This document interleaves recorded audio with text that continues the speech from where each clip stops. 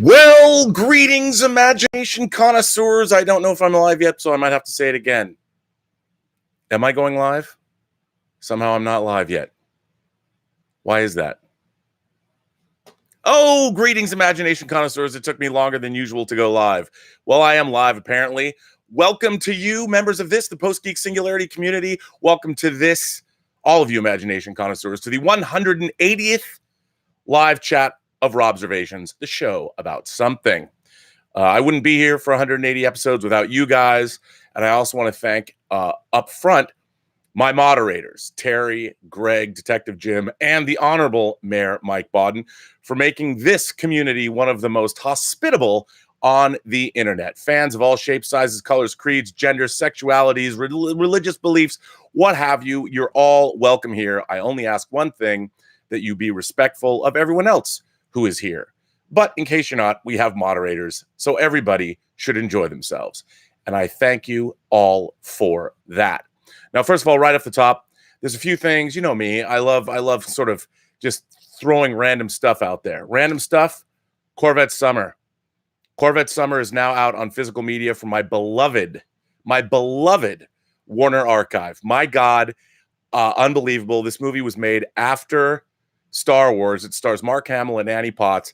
I always loved this movie. It was a staple of cable. I must have seen it 100 times. I never thought it would come out on Blu-ray, but it has, along with Alita Battle Angel. Hey, it's a 4K disc that also comes with a 3D disc. Very happy to have that. And I got to tell you something else. To be fair, Rich Handley, the creator of this book, I worked with him, and others on the Blade Runner book, the Cyberpunk Nexus, and I will plug it. It is a book that came out last year all about exploring the Blade Runner universe. I wrote an essay in it about the box office of the summer of 1982. Well, you know, sometimes it takes me a while to get around to things that people I've worked with. It takes me a while to get around to other work that they've done. But I have to say, Rich Handley knocked it out of the park with this. Watching Time. What do you call this? Let me get this right. The Unauthorized Watchmen Chronology. I'm a Watchmen fanatic. I had never read this book before. I recently got it. What a time suck in the very best way this is. If you're a Watchmen fan, now it was written in 2016, so it doesn't have anything about the upcoming series in it, nor does it cover Doomsday Clock, but that doesn't matter. If you're a Watchmen fanatic like I am, you will absolutely love it. Now, a few things right off the top. Whenever I miss somebody's super chat, I feel terrible and horrible. And if people remind me, I will go back and find it. And because this is going to be a Star Trek themed chat, Factual Opinion sent me a super chat on the 23rd where he asks, in the Next Generation Season 2 episode Pen Pals, why was it even up for debate to save the inhabitants of the planet? Of course, they should preserve life. To hell with the Prime Directive.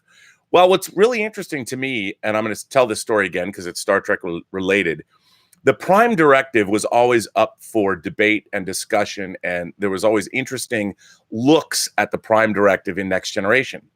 And I think the idea in Pen Pals was, and the Federation, if you know a planet is going, a pre-warp civilization, for instance, and a planet's going to go supernova, should you rescue them?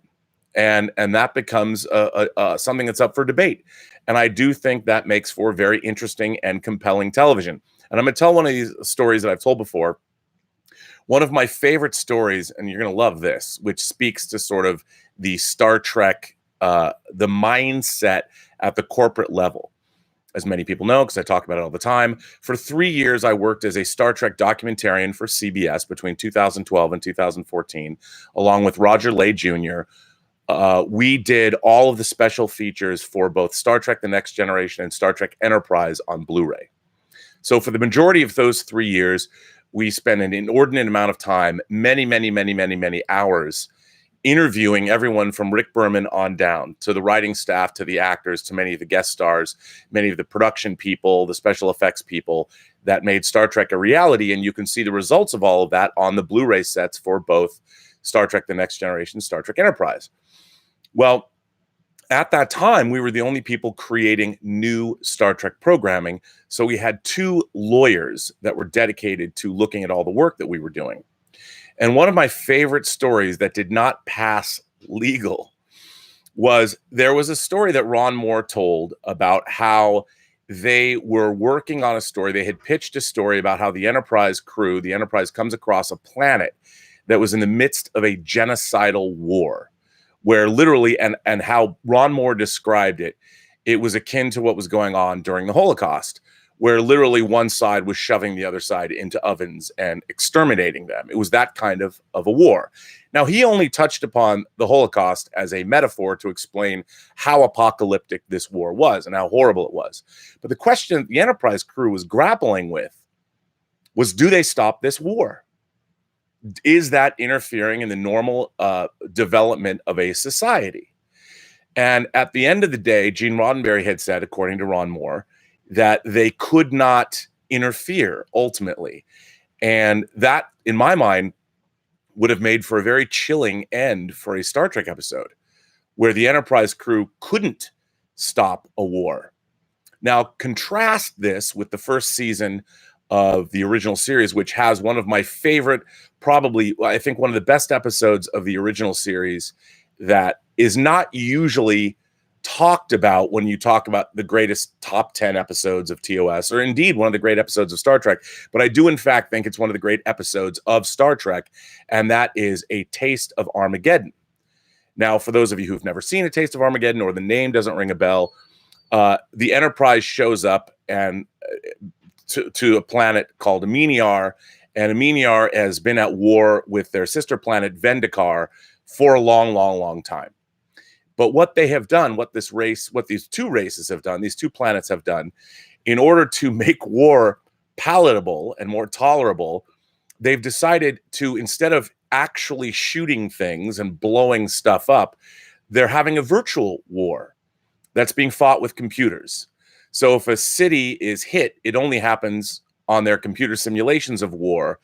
However, if you happen to reside in an area that was bombed, you get a notice and you must report to a disintegration booth and willingly undergo basically being put to death. You have to willingly submit to execution. And you walk into a disintegration booth and you are disintegrated. You are dead. You're gone. And if you do not submit to this, then real war could break out, where both sides start shooting at each other for real. And what this has done, it's made war palatable. It's something that can go on, and it's been going on indeed for decades, if not centuries. And they've been fighting a war because if there's no real destruction, what's the impulse to stop doing it? And of course, Kirk destroys the computers, gives a great speech about the futility and the horrors of war. And once a society has made the horrors of war palatable, what's more chilling than that? Now, what was really interesting to me as a kid was, even though I started watching Star Trek at 5, I had a rudimentary understanding of the concepts of what they were dealing with. And I remember there was even a photo novel of this episode. Those who might not remember photo novels, they were basically, imagine a comic book, but instead of drawn panels, you were using actual still frames from the episodes. And I think there were 12 photo novels total, if memory serves. And A Taste of Armageddon was one of them. And there's Gilbert and Tallulah walking by in the background. It's very hot outside here in Pasadena, so you might see them hanging out. But so this episode was one that I had experienced both on television and also read. I read these photo novels because you couldn't get this is pre-VHS. But what was interesting to my young mind was the concepts that they were putting forward. And it was the idea of fighting a virtual war was pretty heady at the time, and very, very far-reaching, and the foresight there was amazing. And of course, for those of you who are classic science fiction film fans, they sort of dealt with this issue in 1970s, The Forbin Project, Colossus, The Forbin Project, a movie that has to deal with technology and supercomputers taking over the world. And it was very compelling, a very compelling movie. So in my younger days, science fiction, and especially Star Trek, the reason I loved Star Trek was because of how heady it was, and how science fiction concepts And indeed, science fiction itself was so important to me. And one of my favorite definitions of science fiction, which I think stands, came from the science fiction writer Brian Aldiss, who famously worked with Stanley Kubrick on AI. His story, I think it was Super Toys, Last All Summer Long. I don't remember the actual title right off the top of my head, but Brian Aldiss had a definition of science fiction that I always loved from a young age. And this was from 1973. Brian Aldiss said that science fiction is the search for a definition of man and his status in the universe, which will stand in our advanced but confused state of knowledge. It goes on, but I just always loved that idea of science fiction. I love that's what it was. And what I thought that Star Trek did so well, the original series, and especially the thing about Star Trek to me, it was so compelling and it was so full of ideas that as a kid, it just instilled me with the desire to know more. Those of you who love Starship Troopers, do you want to know more? Yes, I do. I did. And that's why I watched Star Trek. And even though I didn't get it, and I knew I didn't get it, of course, at 5 and 6 and 7, there were other things. I love the bright colors, and I love the monsters, and I love the spaceships, of course, all the superficiality that drew me in. But really what it was all about were the characters and the stories. As I've always said, the Burnett axiom, do not put your universe before your characters and your stories. And what was interesting was, Star Trek was always struggling from the get-go. Contrary to popular belief, it was a very expensive show. It was very difficult to produce. And as everyone knows, famously, the first pilot, The Cage, which was later repurposed into the first season 2-part episode for the original series, The Menagerie, was too cerebral, as they have said, to be put on network television, because back then, other than The Twilight Zone, there wasn't a lot of science fiction that was very, shall we say, erudite. But Star Trek really was. And to my young mind, it was hugely influential. It led me, when I was 10 years old in the 4th grade, to join the science fiction book club. And I started again reading the canonical works of great science fiction.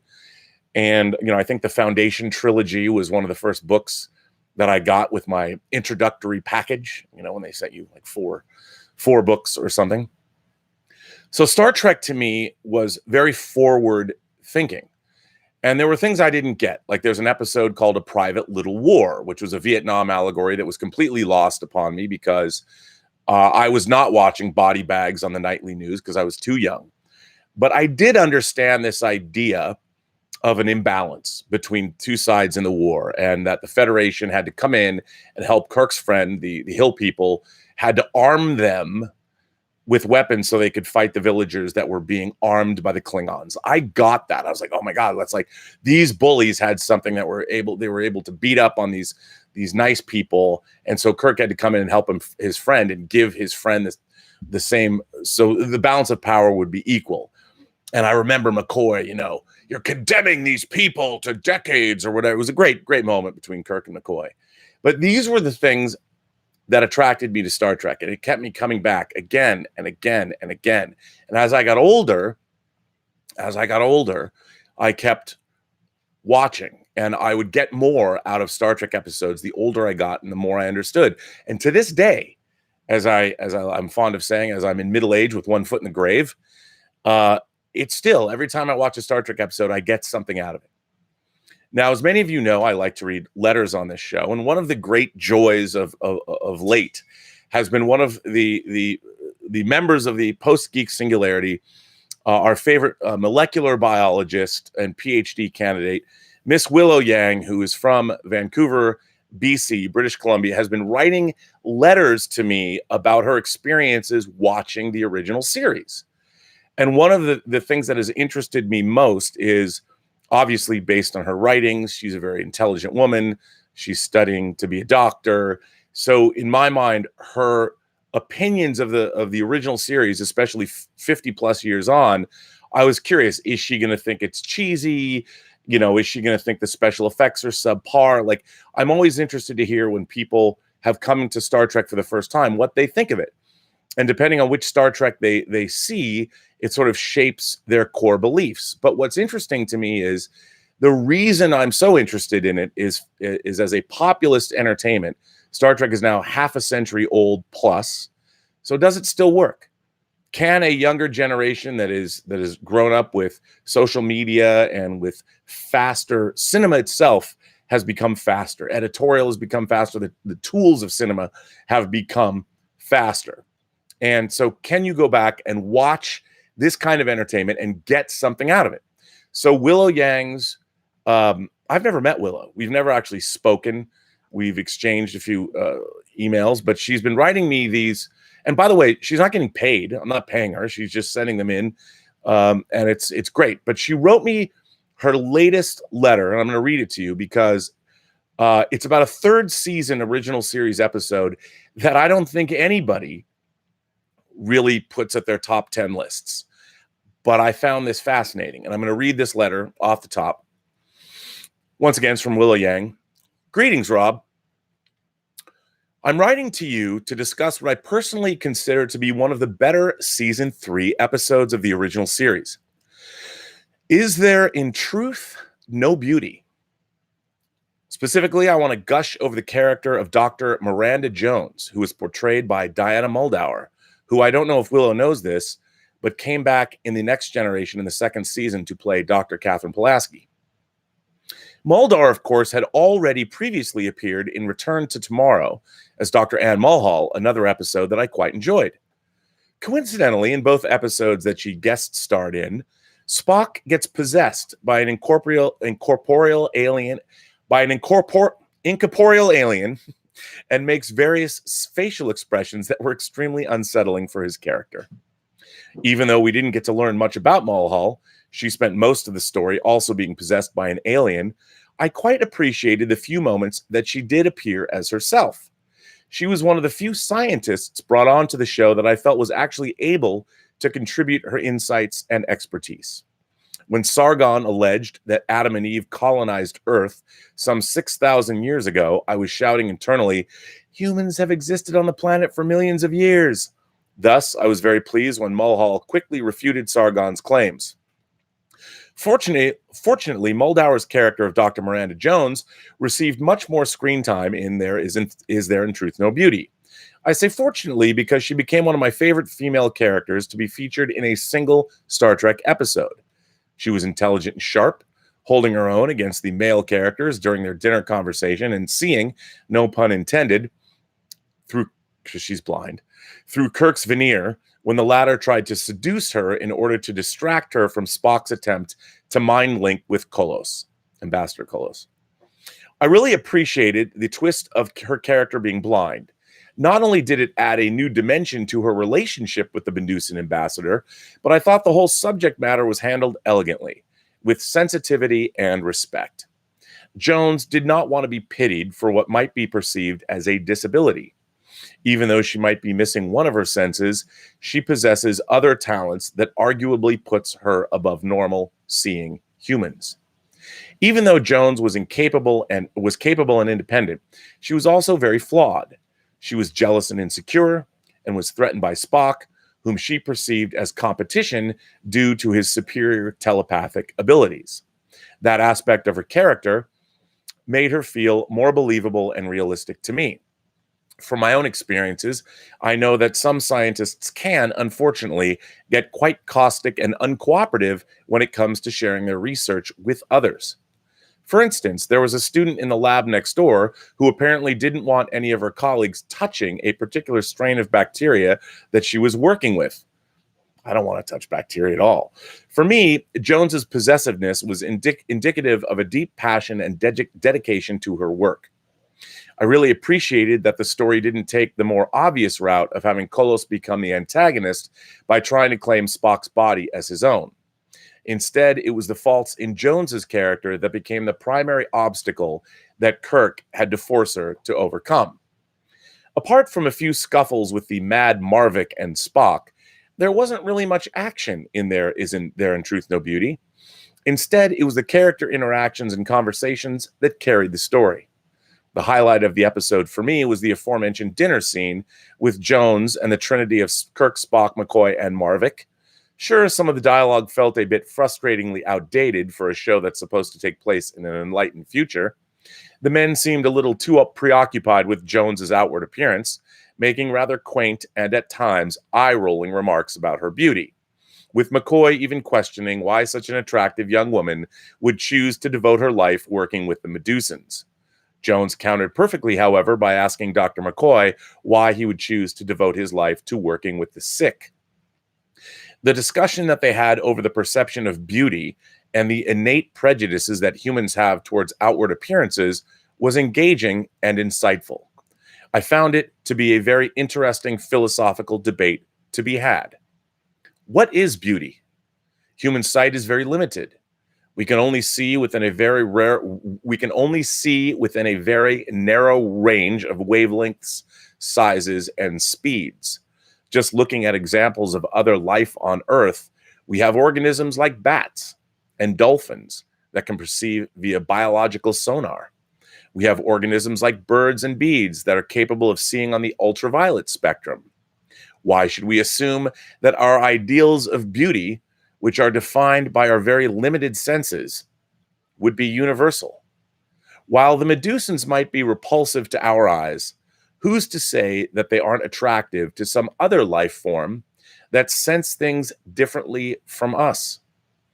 As Jones and Spock surmised at the episode's conclusion, the glory of creation is in its infinite diversity and the ways our differences combine to create meaning and beauty.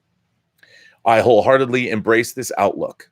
As someone from the field of life sciences, I never cease to be awed and enamored by the variation that I see in life and the richness and wonder that such variation brings with it. It is truly an infinite diversity in infinite combinations. Yours sincerely, Willow.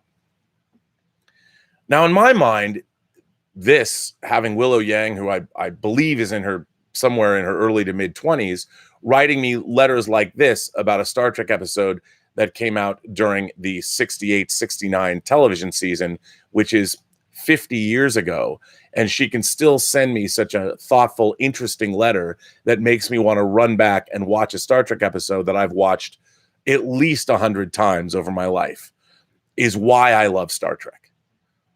And I read a letter the other day about somebody who talked about the Drumhead, which is a TNG episode. That's why I love Star Trek, is because those kinds of ideas that aren't reliant upon special effects.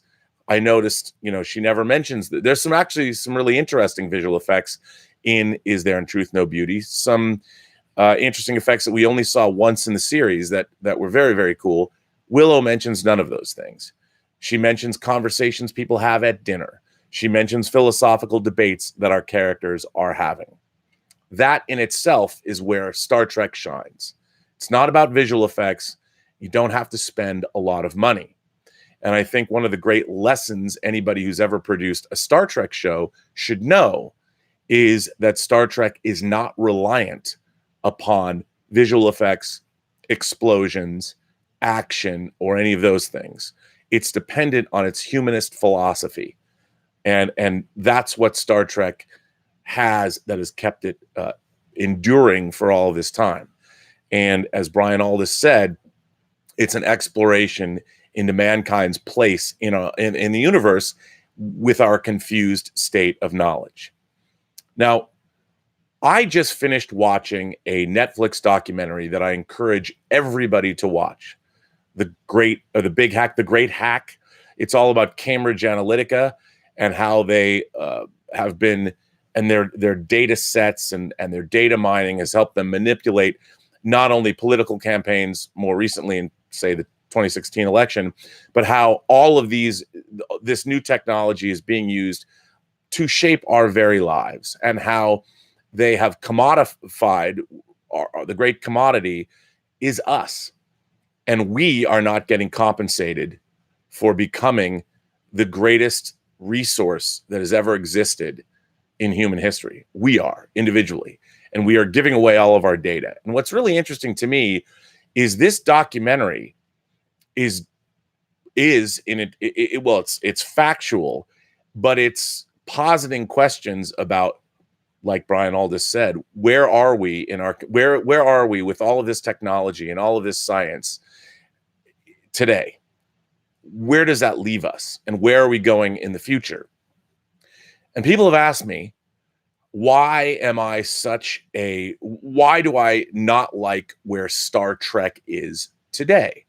Why am I just a hater? And why do I dislike the last 10 years of Star Trek? And I feel that the reason that I am not a fan of Star Trek is I don't think that Star Trek has been doing a very good job of looking at our present and our future and offering interesting ways to look at the technology that is coming down towards us. Whereas we have other shows such as Black Mirror. Yes, I understand Black Mirror has not a lot of optimism in it, but at least Black Mirror, in an interesting way, is looking at science fiction concepts that are affecting us now. Years and Years, Russell Davies' new miniseries that's on HBO, is doing a phenomenal job of that. But I thought, to give you an example, we talk about artificial intelligence or technology being used to fight wars, or where's it going to take us in the future? And we got in the second half of Discovery's second season the most rudimentary evil AI. And it's unfortunate to me that Star Trek is showing us something that we've seen. Well, we saw it's 30 years ago or 35 years ago when Terminator debuted in 1984. This idea of even Colossus, the Forbin project that's came out in 1970, had a more interesting view of AI than we got in the latter half of season 2 of Star Trek Discovery. And season 2 of Star Trek Discovery and season 1 has been some of the most, it's been the most expensive Star Trek ever produced. And while it's very flashy, why I dislike Star Trek so much now is it's bereft of ideas that are at all very compelling. And indeed, it's recycling so many other people's ideas. And Star Trek, by the way, has always done that. Balance of Terror is a run silent, run deep. But Star Trek always did things like in A Taste of Armageddon, or like in the Immunity Syndrome, talking about the idea that our galaxy has been invaded by a virus, or in the Doomsday Machine. What an interesting look at the ramifications of creating a doomsday weapon, and how it moves beyond what it was intended to do, or maybe the civilizations it was created to deal with, or whatever. It dealt with both of them. They're long gone, and yet their legacy is sending out their doomsday machine across the universe, and it continues to destroy solar systems and kill billions of people. All of these ideas are very, very compelling. And I think the reason why I don't like modern Star Trek is it has the most money and yet the least amount of ideas, in a nutshell. So where does that leave us and the topic of this conversation today? I have been getting a lot of interesting blowback from talking about Star Trek Picard, the Star Trek Picard series, and the trailer that dropped at San Diego Comic-Con, because I put forth the idea that the series that's being developed takes a lot from producer Bryan Fuller and creator of Star Trek Discovery. And make no mistake, he was the creator, later the co-creator after Alex Kurtzman came on board. But he was the original creator of Star Trek Discovery. And what's really interesting is, while I'm a huge fan of Bryan Fuller as a creator of shows, of things like Pushing Daisies. I liked a lot of his work on Star Trek Voyager. I love what he did with Thomas Harris's books, how he remythologized the Thomas Harris books, beginning with Red Dragon. They didn't have the rights to Silence of the Lambs, but Hannibal and Hannibal Rising.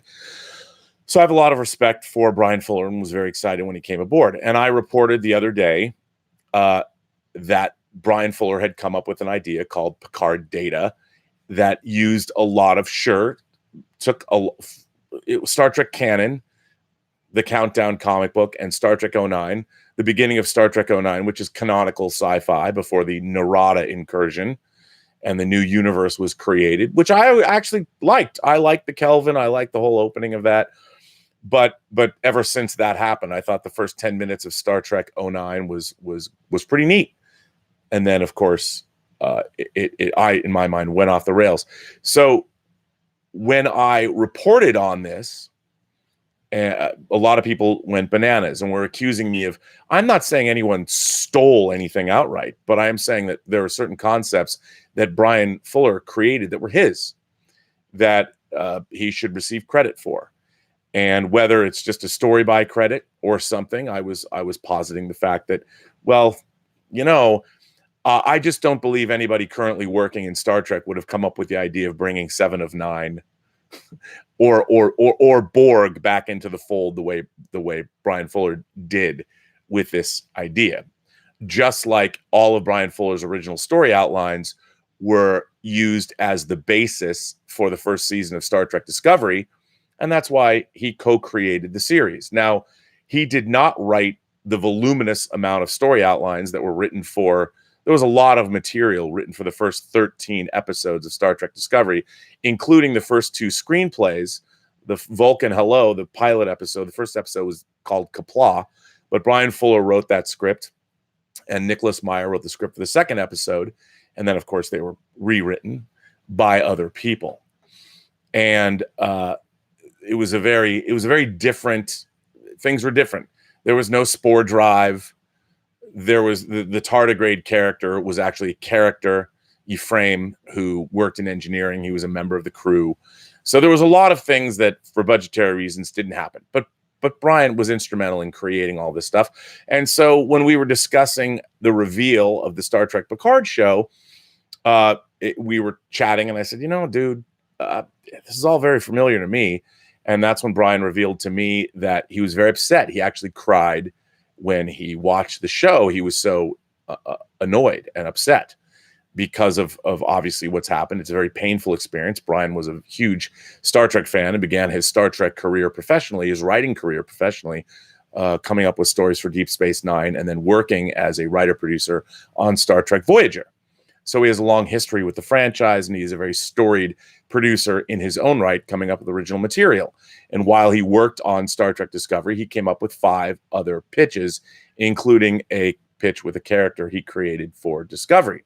So he was upset. So I reported this, and I went on Midnight's Edge, which I always take a lot of flack when I go on to Midnight's Edge from other people, because people say, your brand is positivity. So why would you go on these shows that are sometimes diametrically opposed to your viewpoint? And I'm like, that's why I go on them. And, Midnight's Edge, they're always very courteous when I go on. Rob, Tom, Andre, Mecha Random, whenever I've been on with them, they're very nice to me, and they allow me to say what I want to say. And they're very upfront about the fact that we disagree. We disagree about the MCU. We disagree about a lot of things. However, our feelings are in line pretty much when it comes to Star Trek. I had somebody tweet yesterday and say they weren't going to watch the John Campea show because how could I go on to Midnight's Edge? And I'm like, what does me going on Midnight's Edge have to do with my appearances on the John Campea show? I try and bring my brand of positivity wherever I go. And I don't think when I'm talking about the Star Trek Picard show and its origins, I'm necessarily being a toxic fan. There are legitimate questions to be asked. Just like when I point out that David Mack wrote a book, a Star Trek book that predates the second season of Star Trek Discovery by 2 years. And that book is called Section 31, Control. And it deals with AI. And the second season of Star Trek Discovery deals with an entity called Control that was born out of Section 31, and he receives no credit. And Kirsten Beyer, a great friend of his, works on the show. And I, of course, have been a proponent of going back and mining all of the great work that has already been done by all kinds of people writing novels. I've been a huge proponent of adapting novels for Star Trek, because the novelists that have worked on Star Trek novels have spent a lot more time thinking about canonical Star Trek and the history of Star Trek and science fiction concepts, because science fiction is a literary genre. You can't write science fiction. You can't have any understanding of science fiction if all you've ever watched is science fiction television shows, because science fiction is a literary genre, and modern science fiction, cutting edge sci-fi, is where some of the most progressive thinking about our civilization and where it's going. And a lot of science fiction, the writers are on the cutting edge of technology. These are the people that know the most about what's going on, the ramifications of our future. And when you watch documentaries like The Great Hack, which is on Netflix, as I was talking about earlier, these are concepts that many science fiction writers have already covered. So The Great Hack is like a science fiction movie. It's just, it actually really happened. And one of my favorite things I ever read that never got made was David Cronenberg's screenplay, Crimes of the Future, which is a feature-length version about a division of the police that was set up to go after criminals who are committing crimes that have yet to be defined as crimes. And one of the things that I've said about things like Cambridge Analytica and the meddling in the elections, I'm like, good. Look what people have done. Like, we've created all this technology and no one has any understanding of it. I mean, we're going to be dealing with the ramifications and the ethics of all of our new emergent technologies. We're so happy to have it. We have not thought about, hey, isn't it great that all of this connectivity and the fact that we can FaceTime people from around the world, and yet no one ever thought, like, oh my God, why would anybody think to weaponize this? Well, my thinking is that anybody who's reading cutting edge sci-fi would say, well, why wouldn't they? You know, and whether it was criminal behavior or not, everyone's getting paid. I mean, you got to watch this documentary on Netflix, because just think about everything that's going on about that and the ramifications of it all. Watch I don't know if it's called The Great Hack, The Big Hack, The Great Hack. Watch The Great Hack and Years and Years, which is basically a look at the next 15 years, in British history through the eyes of a family. These two things go together so well. And I would hope that Star Trek is doing just that. And I don't feel it is. And my real objection to modern Star Trek is I feel it's treading well-trodden ground. It's not breaking new ground. It's not asking the kinds of questions that Star Trek used to ask. You know, it's not doing that. And that's what makes me the most angry, is I feel Star Trek has become monumentally dumb. And that's I think, the greatest sin that we are receiving. With the amount of money they have to spend on Star Trek, and with the kind of people that they should have writing the show, I'm hoping Michael Chabon's going to bring that to the Star Trek Picard series, because one of the things that I'm hoping for is, are there going to be questions about transhumanism? Are we going to see the Borg as something, from what I've seen of the show, it looks, again, pretty rudimentary, pretty kind of dumb. I don't know. I can't speak to that yet because I haven't seen it. I want the Star Trek Picard series to be great. I really do. It worries me that they're going back and dealing with the Borg, because I feel the Borg, as originally introduced by Maurice Hurley in the second season of Next Generation, the 87-88 or the 88-89 season, the Borg were already rudimentary villains, and we after Best of Both Worlds, it's sort of been all downhill from there. Although I will say this, what they did with the Borg in Voyager was sort of interesting. Things like Unimatrix Zero and what happens when you leave the collective, although it was all making the Borg more human, as opposed to dealing with what happens when individuals are stripped and made part of a hive mind. And I would have liked to have seen more of that. But anyway, let's see where I'm at here. So there's people sending in chats, a lot of chats. Anthony DeRiso says, hey, Mr. Burnett, I ordered my first 2 shirts from Last Exit to Nowhere. I have a USC SS Nostromo and a Last Starfighter shirt en route. Thank you again for recommending the site. They have so much good stuff. It took me 2 days to choose. Well, for those of you who don't know, one of the things, I love my nerdy t-shirts. Bar none, my favorite nerdy shirt site on the web. And there have been a lot of imitators, a lot of people that copy them, but they have, I think, the best designs. And that is Last Exit to Nowhere. And basically what they specialize in is logos for fictional companies, ships, things, people, places, and things, fictional bars for movies. And they do deep cuts. Like you can get Civic TV, a logo from the company that James Woods, his cable TV company from Videodrome. Deep, deep cuts. The Pork Chop Express from John Carpenter's Big Trouble in Little China. I love Last Exit to Nowhere. I buy their shirts all the time. By the way, I have no affiliation with them at all. I just love their product. The only product, and I forgot to plug them, I am sponsored by Lucky Tiger Men's Grooming Products for those men who want to look good and feel great. They've been a great sponsor and a great partner for me. And if you go to their website at getluckytiger.com, you can buy their fabulous products. I love their all-over body wash and their facial scrub. I dig it. But if you punch in PGS for Post-Geek Singularity, you get 20% off your order. So, Anthony, thanks for that. Last Exit to Nowhere. Love their shirts. Wade O'Neill says, seeing Aladdin and Once Upon a Time in Hollywood tonight. Have you seen any double features lately? Wade, no, not in the theater. At home, I'm always watching double features, but not in the theater.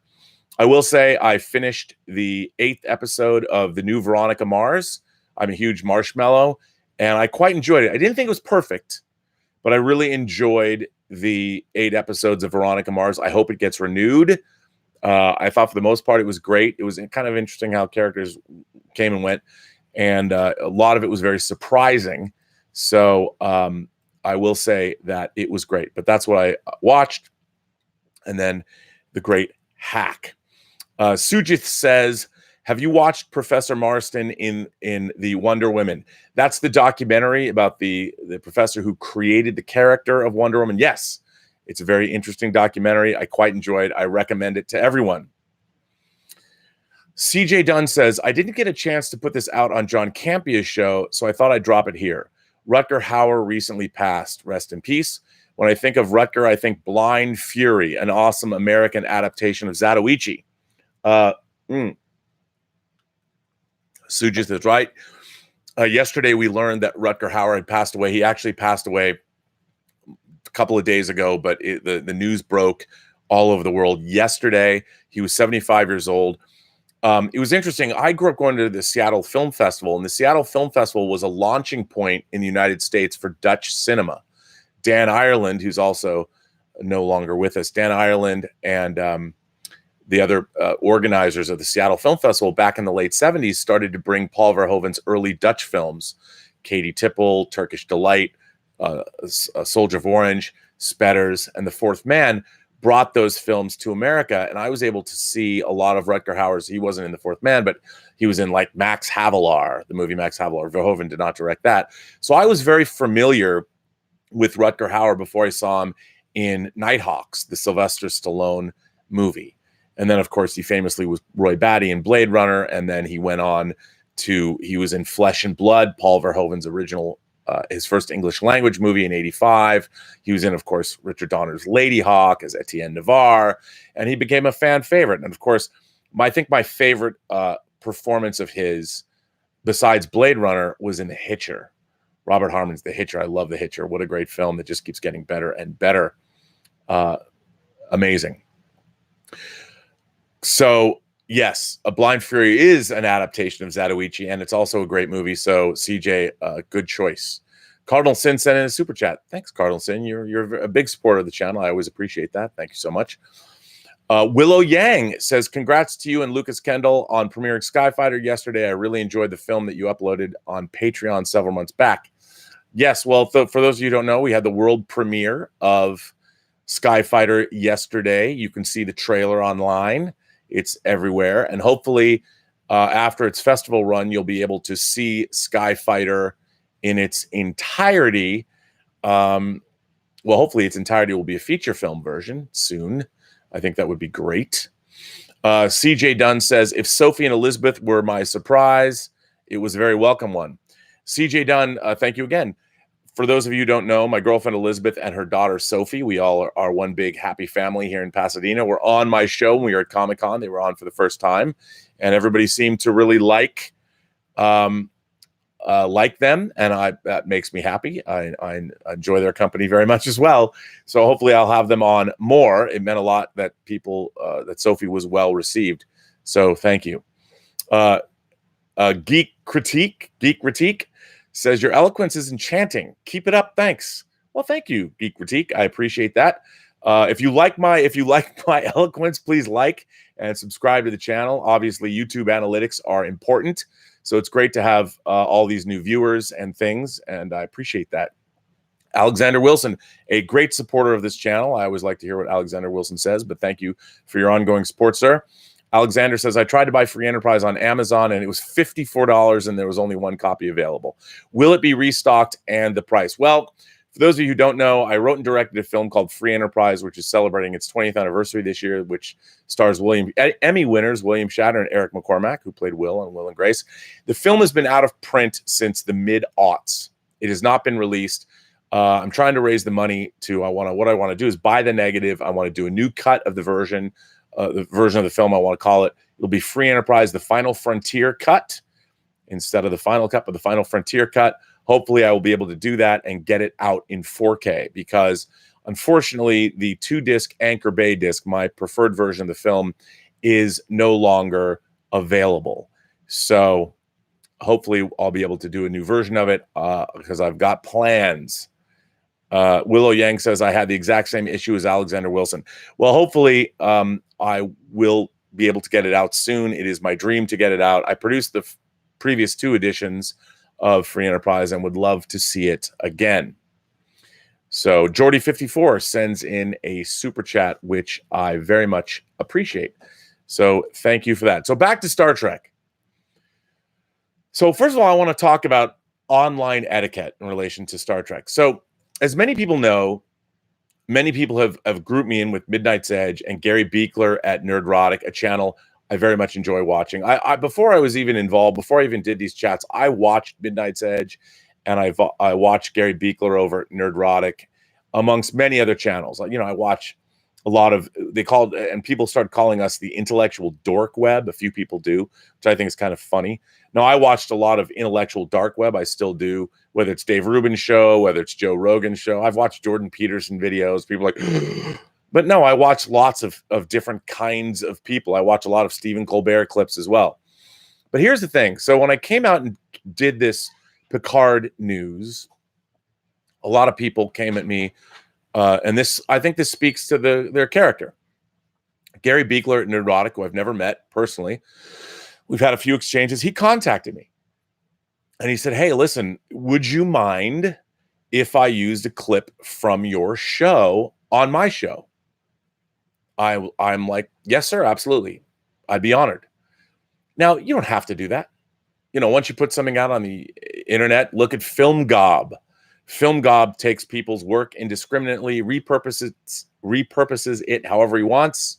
Some of it I found very interesting, but you know, he's repurposing people's work and then uploading it to his channel and monetizing it. Now, you can do that. It's YouTube. What can you go up, you're in a public forum, you can't stop that.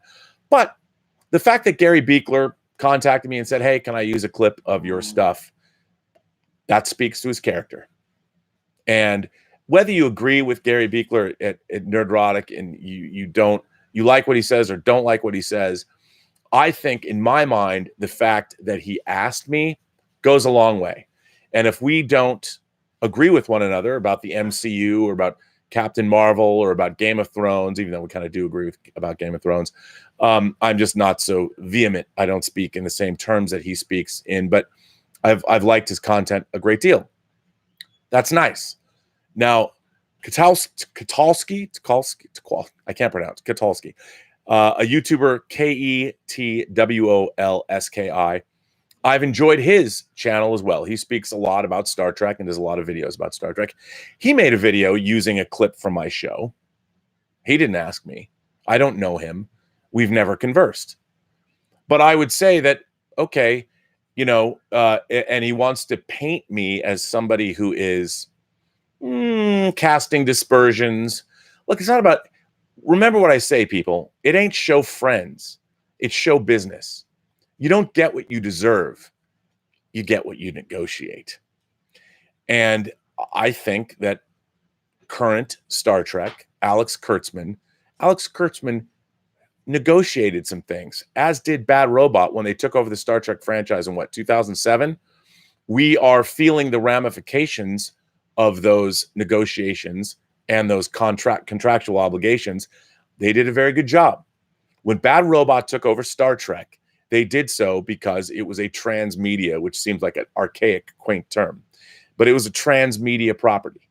Remember, they looked at it as something they could monetize heavily. We can make movies, we can make television, we can make video games, we can make toys, we can make all kinds of product. And when Bad Robot took over Star Trek, they thought all of these things were going to happen. And the first thing they tried to do is get rid of canonical classic Star Trek because, hey, it was old. And J.J. Abrams has said in many times, I was never a Star Trek fan. What did he say? It was too philosophical for me. I was always a Star Wars guy. That's why. And they were able to do more of that.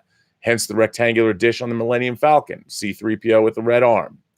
You know, TIE fighters that are black instead of bluish gray. X-Wing fighters that go back to the original McCory artwork. They change things, so they own them. Every piece of merchandise that's sold from The Force Awakens on, hey, we get a little taste of that. Hey, if I get to direct a Mission Impossible movie, Bad Robot becomes a producer on all the other Mission Impossible movies. Mission Impossible 4, 5, 6, now 7 and 8. It's a very lucrative business. It ain't show friends, it's show business. And make no mistake, current Star Trek is all about taking over a universe. That's why, however, in my mind, what they're doing is they're not following the Burnett axiom. They didn't ask me, and why should they? Who am I? Am I bitter about this? No. My career has not led me down a path where I have any credibility as a TV creator. I mean, I've made one film. I've directed one film. I've produced other films. I'm in the process of producing a film right now. But I am not in with that crowd. I'm not in with the cool kids that could be working on a Star Trek TV series. I've worked as a Star Trek consultant. I've made Star Trek documentaries. I worked on the Star Trek Experience. I've had a lot of fun, but more from a fanish professional perspective. So I'm not bitter about this. I'm not. I got to make a movie with my childhood idol, William Shatner, that I got to write myself.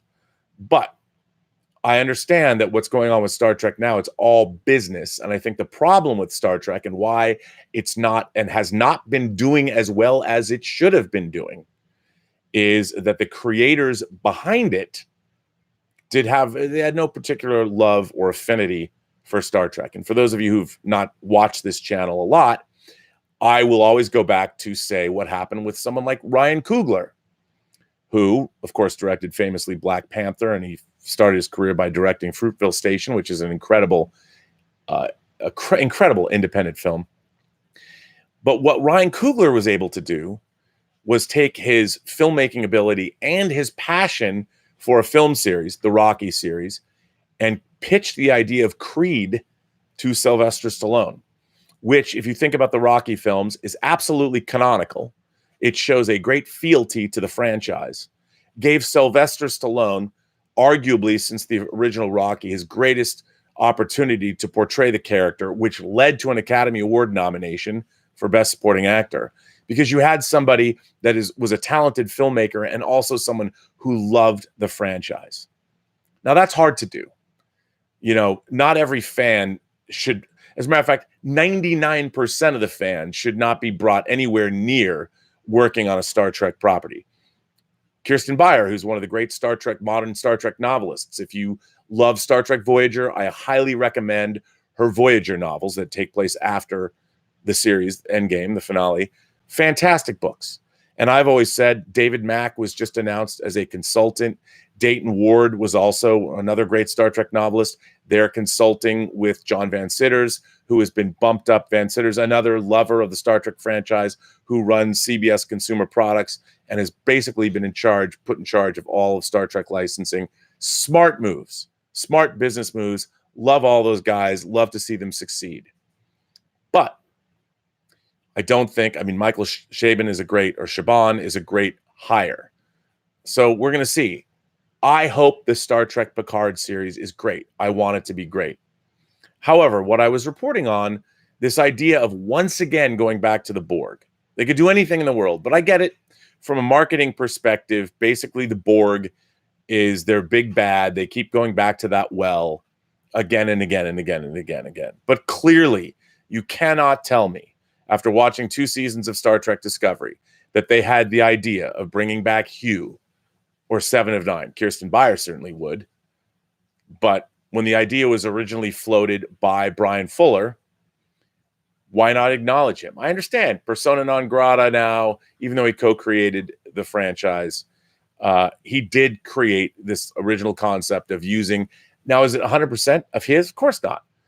But, I would say that it's very interesting to me that his idea of creating a tardigrade character and his idea of using mushrooms as a terraforming device, because if you know anything, Bryan Fuller's obsessed with Dr. Stamets, who's a real guy who studies the mycellular network and mushrooms and fungi and all this. There was an episode of Hannibal about this very thing.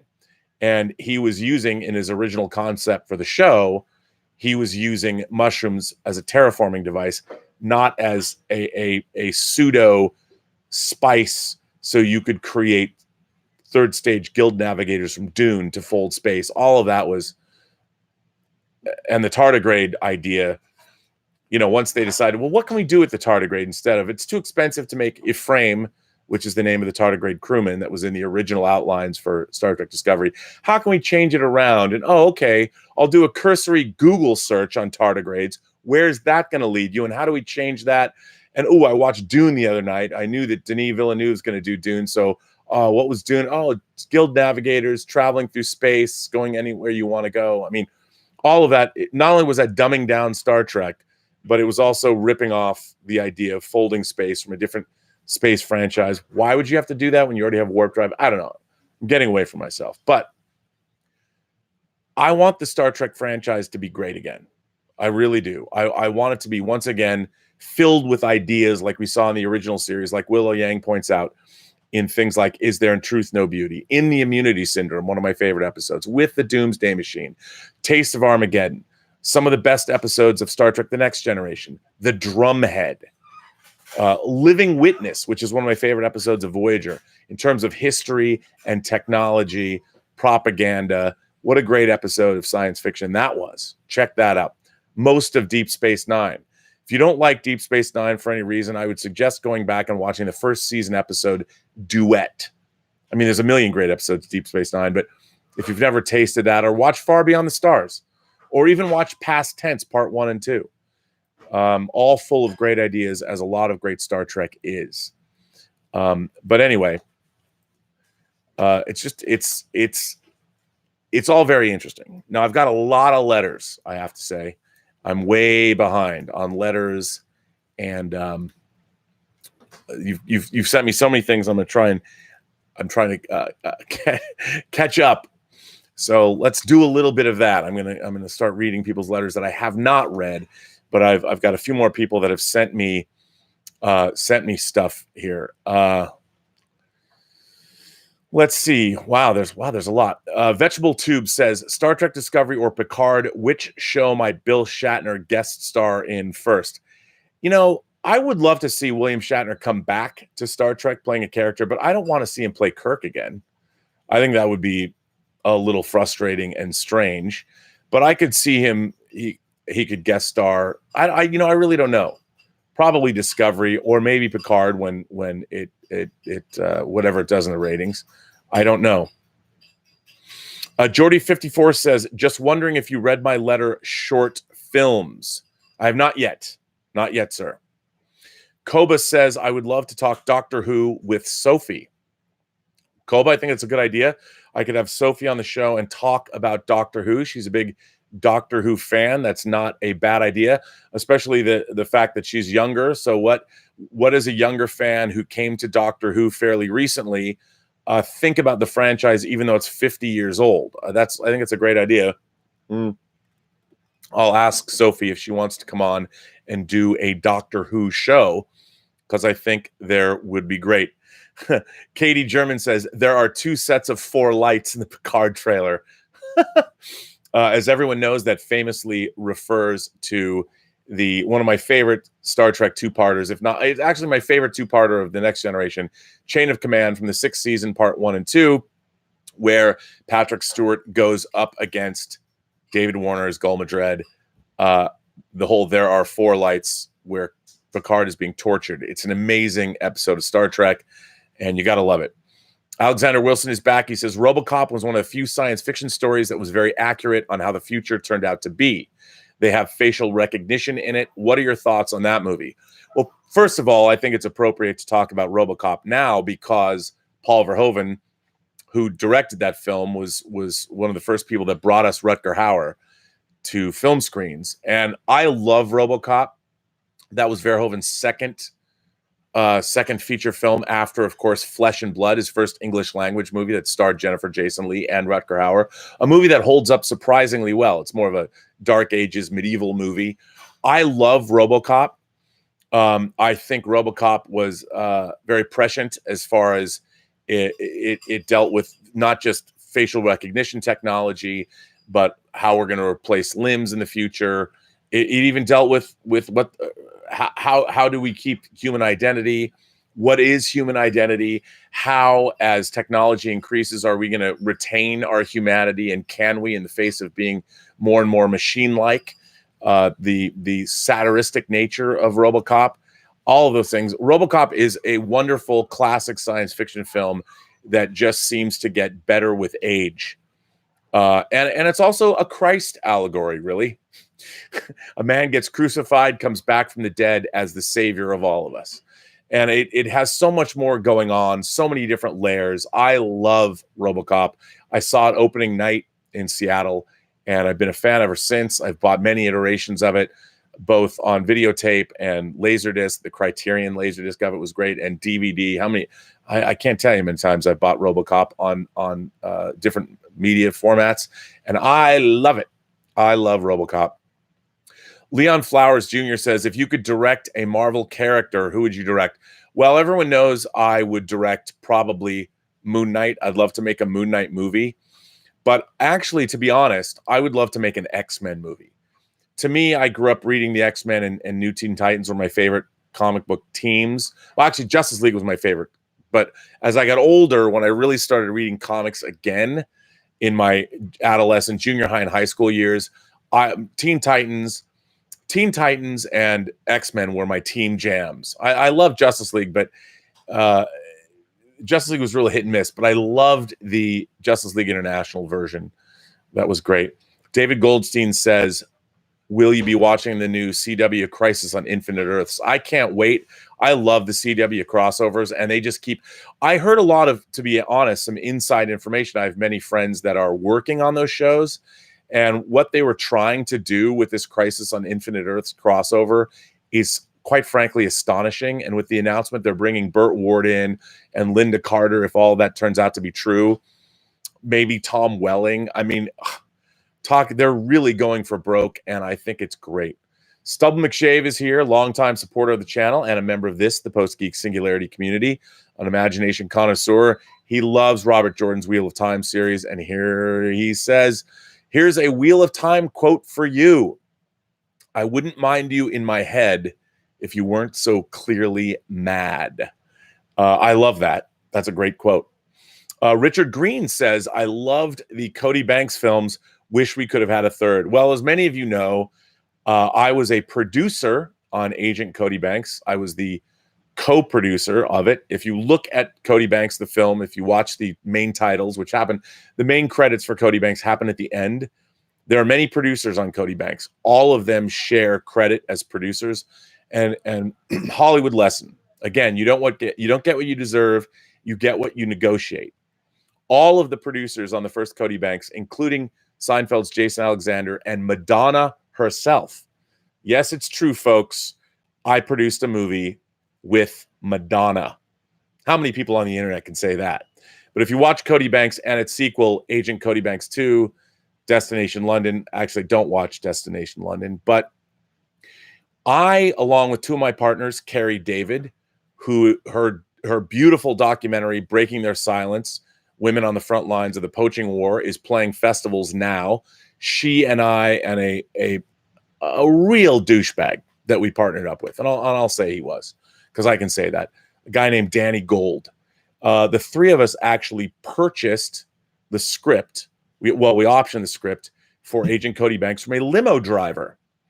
And we developed it, and Carrie took it to MGM, and we actually sold the script and we made the movie. But there's one day I'm going to make a documentary called The Unmaking of Cody Banks. But yes, so we took the script to MGM and we got it made, and I'm one of the producers of Agent Cody Banks, and I'm the only single card credited producer. And that means that when you see my name, it's emblazoned across the screen. I don't share my name with anyone else on the screen, and that was a big feat for me. What I really wish is that I had my friends Zach Stentz and Ashley Miller. They came in and rewrote the original writer's script. And Zach Stentz and Ashley Miller, Zach recently wrote Rim of the World for Netflix that McGee directed, and Zach and Ashley wrote both Thor and X-Men First Class. I was able to help them. I facilitated, along with Carrie, them getting their first feature writing gig on Cody Banks. Now, they had written for Andromeda and the new Twilight Zone and Fringe and things like that.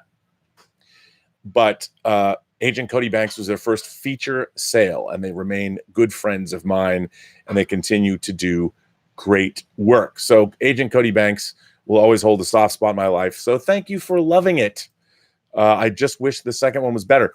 You know, Zach and Ashley wrote their original script for Agent Cody Banks. The concept was already there. But what they really did was they leaned heavily into the idea of what Cody Banks was supposed to be was Ferris Bueller meets James Bond. And it was written for an audience between 16 and 25. And once we sold it to MGM, again, it could have been a $200 million, $300 million film franchise if it had been Ferris Bueller meets James Bond. But the studio, after we sold it, decided to make it for tweens, for 8 to 12-year-olds.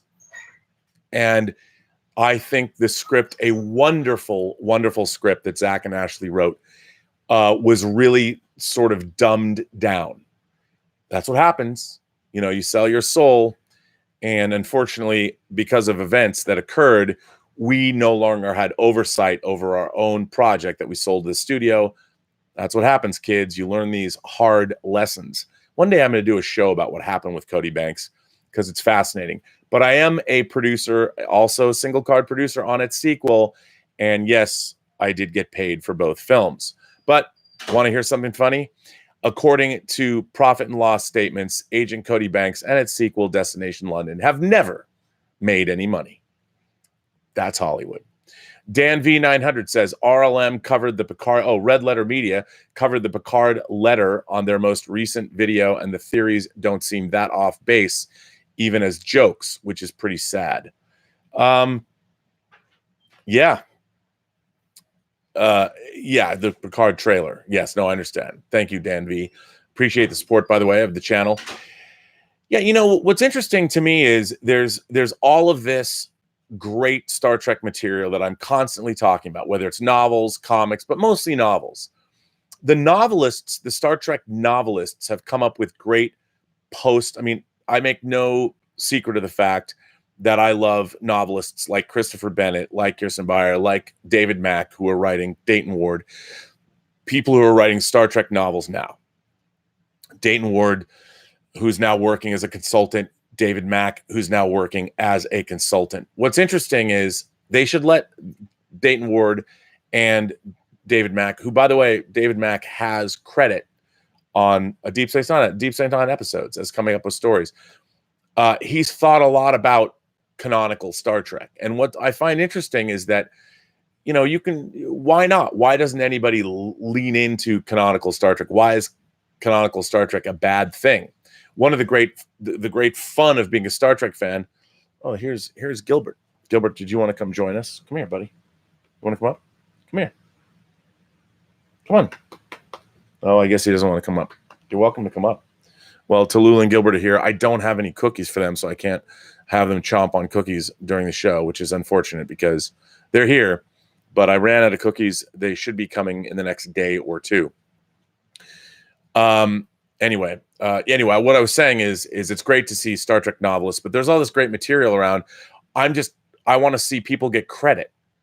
Now, when you have somebody who's being paid to work on Star Trek as a creator of a show like Bryan Fuller was, and he's pitching other Star Trek series, I would listen to him. And if he did have a Star Trek pitch like Picard and Data, and it was registered with the WJ, there's a paper trail. Come on, buddy. Don't bark. So, I'm all about bringing in creators, but give them their credit.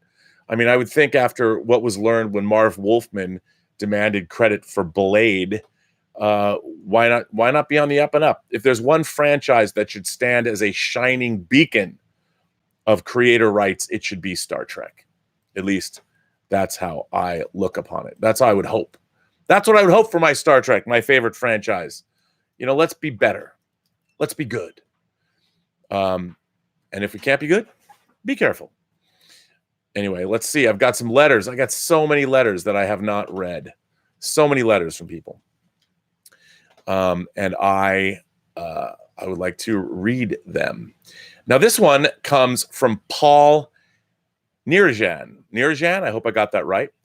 Hello, Mr. Burnett. I've been wanting to super chat you so bad about these two shows that are awesome, but right now I'm in a tight place to spend money, and I hope you'll be able to read this message whenever you get a chance. First of all, I want to say something about that. I really appreciate getting super chats from everybody. As everyone knows, we YouTube stars or YouTube celebrities or just YouTube idiots like myself who yammer away. It takes a long time to do this. And I've done literally, this is my 180th show. So we support the channel. Hell, my electricity bill has gone up from doing these shows, and I'm doing a lot more things. So I want to say, I thank you from the bottom of my heart for supporting the show through super chats. And Gilbert, I'm certain, loves it too, because I can buy him more cookies. But you don't have to. There are other ways, Gilbert, please. There are other ways to support the show. Letters, participating in the live chats. Gilbert, please stop barking. No, I think there might be a client. Elizabeth might have a client. Gilbert, great interaction with my fellow viewers and all the people that are here, all you members of the Post-Geek Singularity community. I love that kind of Gilbert, please, no, do not bark. See, he doesn't like it when I don't pay attention to him sometimes. So you don't have to super chat. And if you don't, please don't feel guilty. You can support me on the website. You can go to the Burnettwork.net.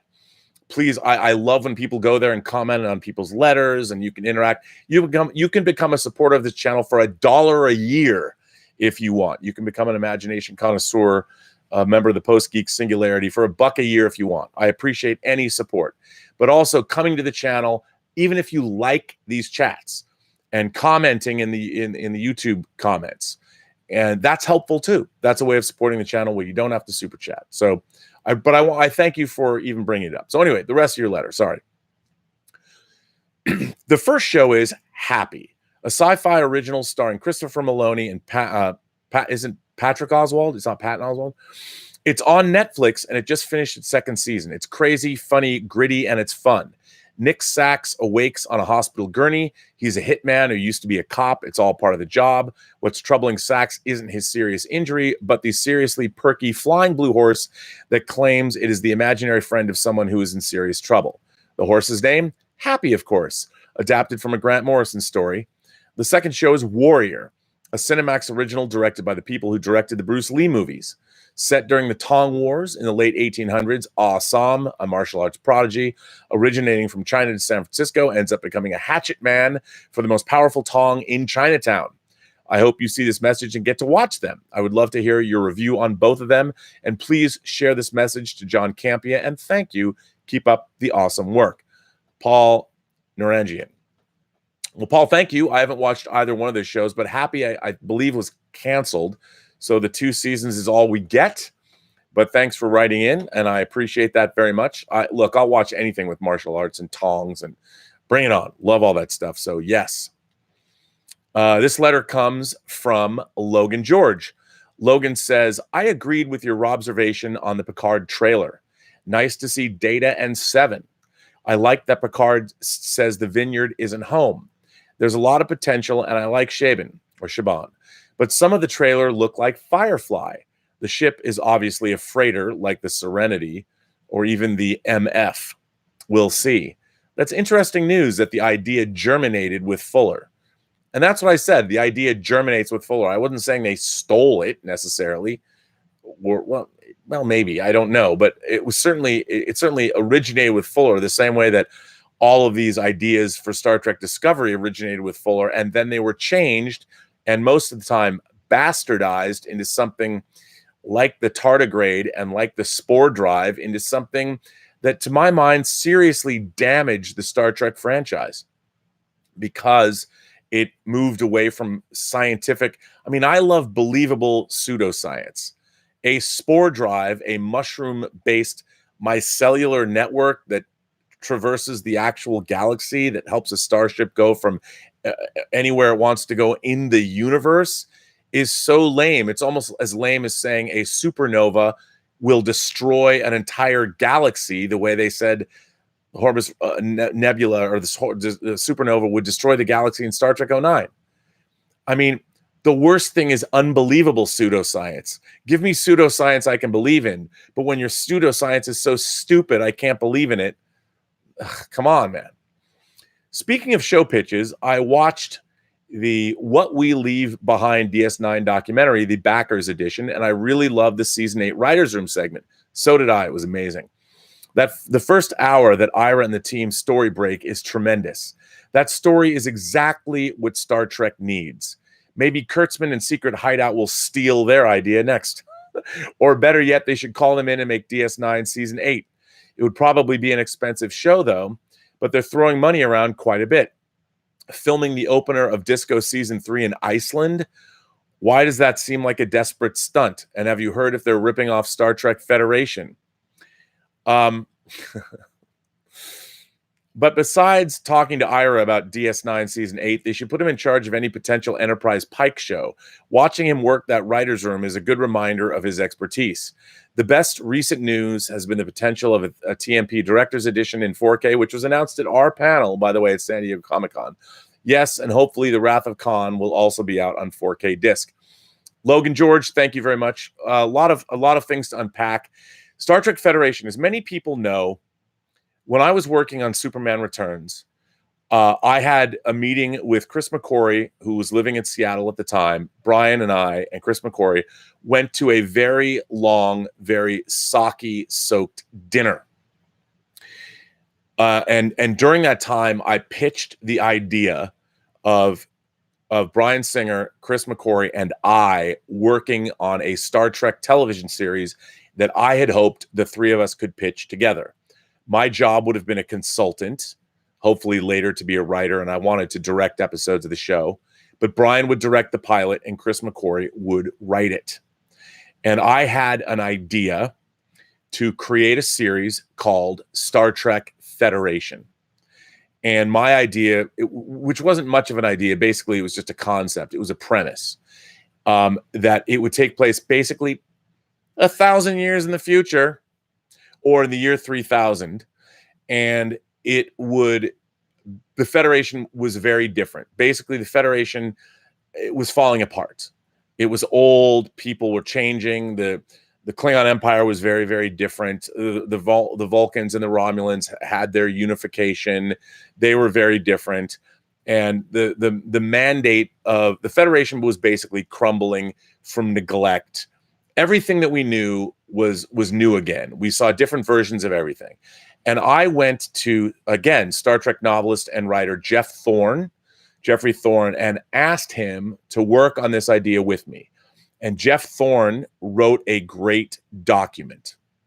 Now, he wrote it all. I threw out some ideas to him, but Jeff Thorne wrote this document. And then I wrote an introduction to this document explaining, contextualizing what it was. Now, I made a mistake. On the title page, Jeff Thorne's name didn't appear on the title page because we were going to, pitch it. And I would have brought Jeff Thorne in later, but it doesn't appear on the document that went out, which I should have apologized for. There's no reason for it. It's not like I never told people that Jeff Thorne didn't write it, but Jeff Thorne wrote it all, and based on our discussions, and he did a lot of really great work. And of course, he wrote a couple of Star Trek novels, and I really love what Jeff did. Now, that pitch document never went anywhere because as soon as it was completed, very quickly afterwards, it was announced that Bad Robot and J.J. Abrams were taking over the Star Trek franchise and turning it into a movie. Now, a lot of people I know, oh, you're just embittered about all that. I am not embittered about it at all. I mean, it was a ridiculous pipe dream in the first place. It was great. And of course, Chris McQuarrie and Bryan went ahead and made Valkyrie, the Tom Cruise movie.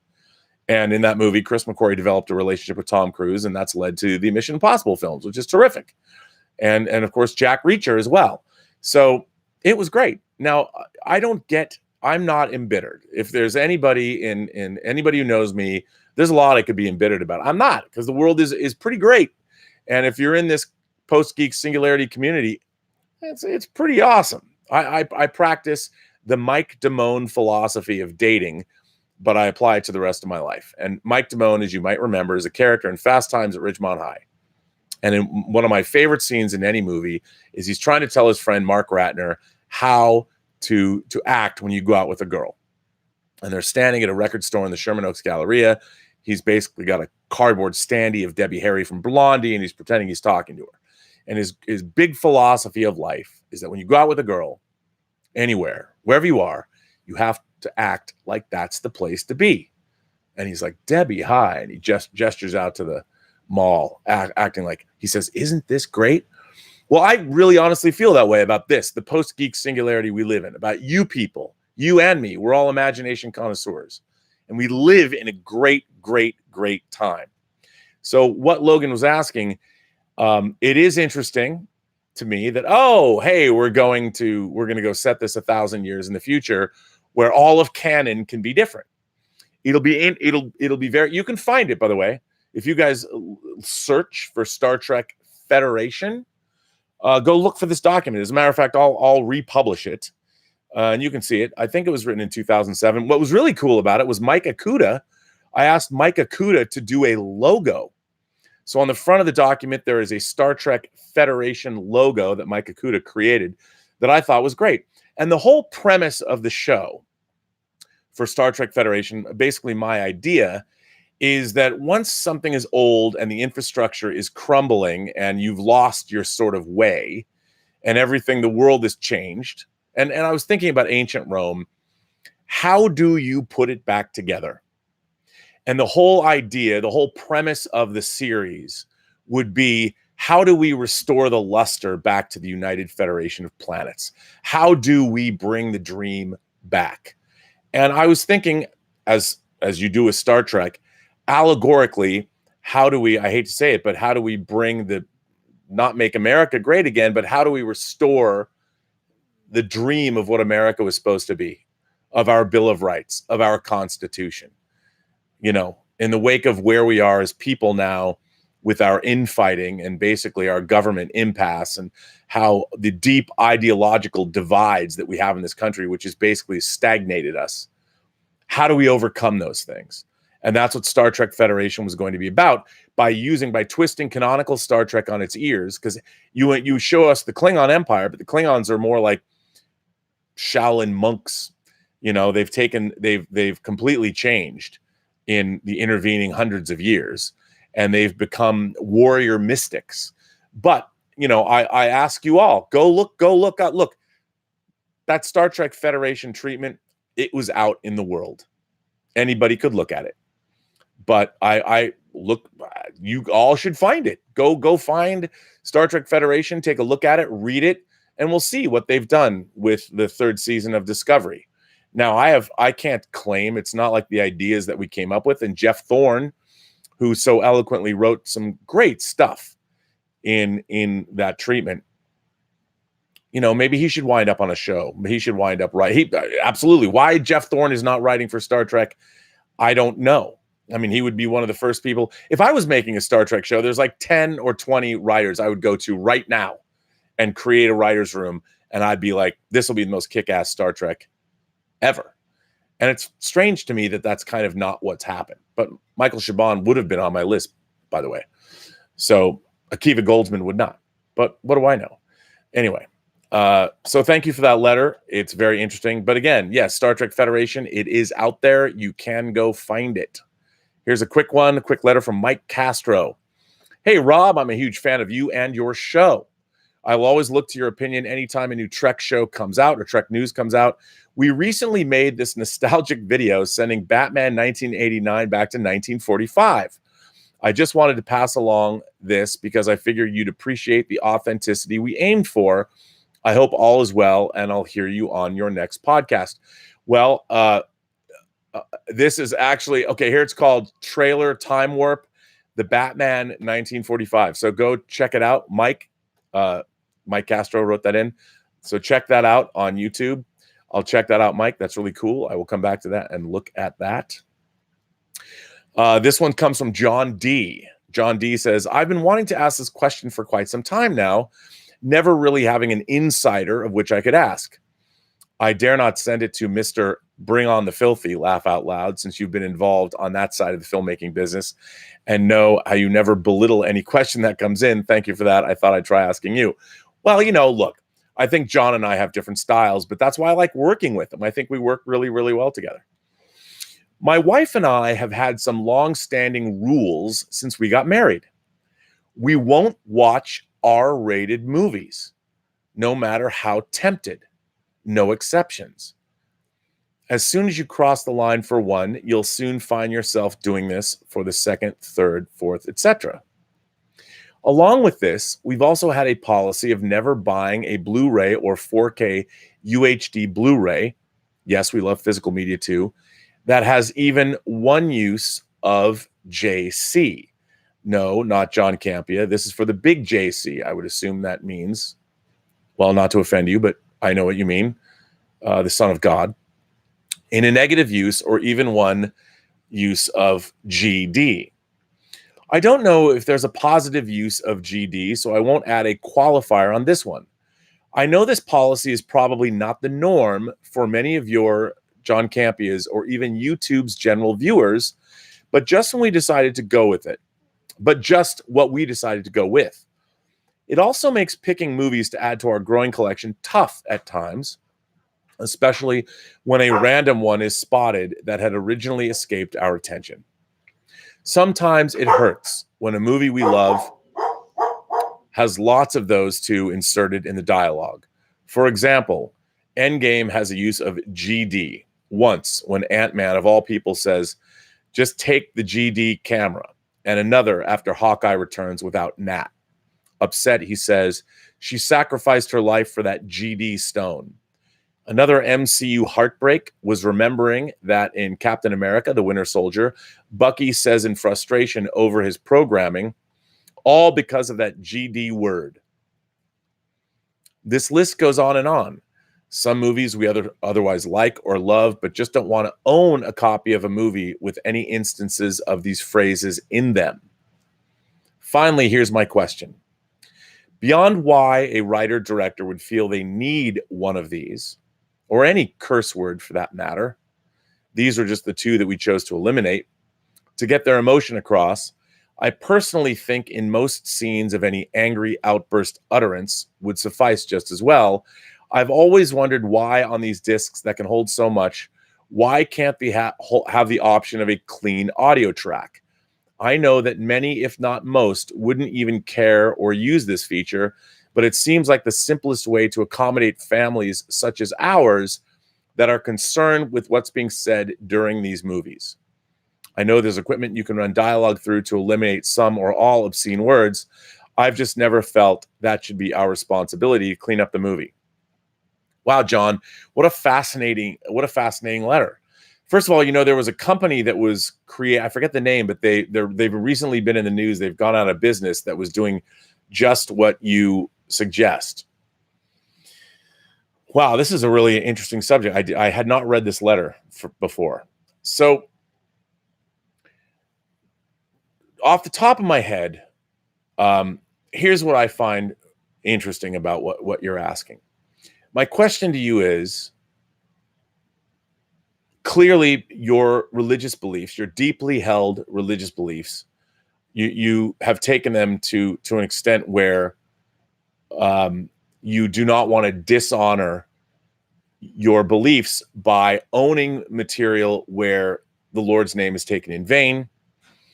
And I think you absolutely have the right to do that. That's what I totally believe in, free speech and honoring your religious beliefs. The movie Tango Shalom that I'm producing and finishing up now, edited, is all about, the dilemma is all about how does a man in the movie heed the word of God, who God has seemingly asked him to do something, which is dance the tango, which would violate his deeply held beliefs. How does this man do that and not dishonor his family or his religious principles? And so it's a central theme of this movie I'm working on. So I'm right there with you. And I swear on this channel quite often. I try not to be more mindful of viewers such as yourself. But it's hard for me. I think it's a tough question you're asking, because I'm a firm believer in free speech. And I think that the reason, what I've always found interesting is there are cuss words in multiple languages. Every language has swear words. And I think one of the fun things when you start learning other people's languages, or you travel to foreign countries, the first thing you want to learn is how do you swear in foreign languages. But what's really interesting is when I hear a dirty word in, say, Spanish or in French or in German, I don't even know that those words are cuss words, because to me they're gobbledygook. I don't speak that language. And how does that work? How does that work in the framework of those things? And I think that unfortunately in our world and in our society, the whole idea of words that either take the Lord's name in vain or are obscene in their meanings, the reason we employ them is to express states of mind. And I think they are shortcuts by which people, individuals, and also artists or performers or storytellers use as a shortcut to convey things. When somebody smashes their finger, if they're nailing something and the hammer slips and they scream out, they say GD or the F word or something. It's a quick way to express in a very visceral way feeling. And I think ultimately it's not going to go away. It's not going to change, because not everybody has the same kind of deeply held beliefs that you do. And I really don't know what the dilemma is. I don't know the answer. But and to be honest with you, I don't like the idea that people should not say certain things, because I believe in free speech, because not everybody has obviously the same deeply held religious beliefs that you do. But I admire you asking the question. And I admire, first of all, that you have these deeply held and very personal beliefs, and that you're actually struggling with this issue because you want to provide the environment that you want to provide for your family. And it's difficult for you as a fan, both you and your wife, and I presume the rest of your family, is a fan of this material. If you like Captain America movie, or you like an Ant-Man movie or an Avengers movie, how do you own these things without dishonoring your beliefs and dishonoring God, essentially? But I would say this, and perhaps this is not a good answer, but ultimately, I think that the Marvel Cinematic Universe, and indeed most science fiction and fantasy films, are really about the possibilities of mankind. They don't necessarily, especially the MCU, they're all about the kind of heroes that we want to believe in. And at the end of the day, even someone like Superman, but most superhero movies, truth, justice, in the American way, or I like to say truth, justice, and the human way. I think ultimately it would be understood. Again, I don't want to speak for our creator, but it would be understood why you're watching these movies. And I think that the fact that you're asking these questions and even, again, writing them to somebody else shows what's in your heart. And the only person the only entity, the only way you're going to be judged is by your creator. And your creator will know what is in your heart. And I think the very idea that you're asking these questions, especially not just of yourself or of your own family, but of me and in general of the public, shows, again, in my mind, that your heart and your mind are in the right place. Because I don't think it's going to change anytime soon. But I think having these kinds of conversations is exactly where we're supposed to be. And that's what I like that you, as an imagination connoisseur, bring.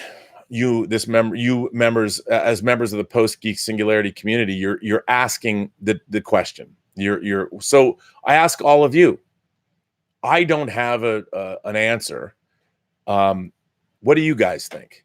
And I would love to see this discussion addressed in the chat. What do you guys think about this? Because I don't necessarily have an answer, but it's certainly interesting. Destiny Captain says, what do you think of the various Stargate series? Destiny Captain, I am woefully uninformed when it comes to the Stargate series. I've seen the movie, and I think I've seen 1 or 2 episodes of Stargate SG-1. I have not watched Stargate, but I mean, so many people like the show. It's just intimidating to go back and jump into it. I haven't done that. So I don't know. TV Operations asks, what do you think about the Lower Decks animated series? Well, again, to me, the jury is out on the Lower Decks animated series. I just think, look, we saw the episode Lower Decks, and it's one of the great episodes of Next Generation, and it introduced characters and concepts that I think were great. I just, again, I see it as I love the idea of exploring these kinds of characters. It's kind of what Discovery was promising. We're going to deal with a character who's not the captain. But my problem is I think, I just hope it doesn't become a Star Trek parody show where we're dealing with tropes, Star Trek tropes. And I am very serious about my Star Trek. And I just don't want to see it descend into parody. I feel that the Star Trek brand has been done a tremendous disservice over the last 10 years. And look, this is coming from somebody who I was a Voyager hater. There was a lot of Enterprise I didn't like. But I see the Burnett axiom not coming into play. Never put your universe before your characters and your storylines. And I see Star Trek Lower Decks, if it's a serious examination into what it's like, but it already looks to me to be the funny Star Trek show. I don't like the character designs at all. I mean, I think that can work for something like Teen Titans Go. Somebody call it the Cal Arts style. I was very disappointed. I understand it's got to be simple so it can be done on a TV budget, but it just, the very designs, I'm not a fan of all that stuff. So TV Operations, I hope it's good. I hope the scripts are amazing. I hope that we're going to see a phenomenally well-written show. Clearly, we've got some great talent behind it. I hope it's good. Hope springs eternal. JB Bonifacio says, who'd play Magneto and Professor X between you and John? Probably I would like to think that I would be Professor X, but maybe as I think about it more, I'm the one that's becoming more of the revolutionary. But who knows? Terry Flynn says, R.I.P. Robert Picard, wonderful actor. That would be Jeremy Kemp.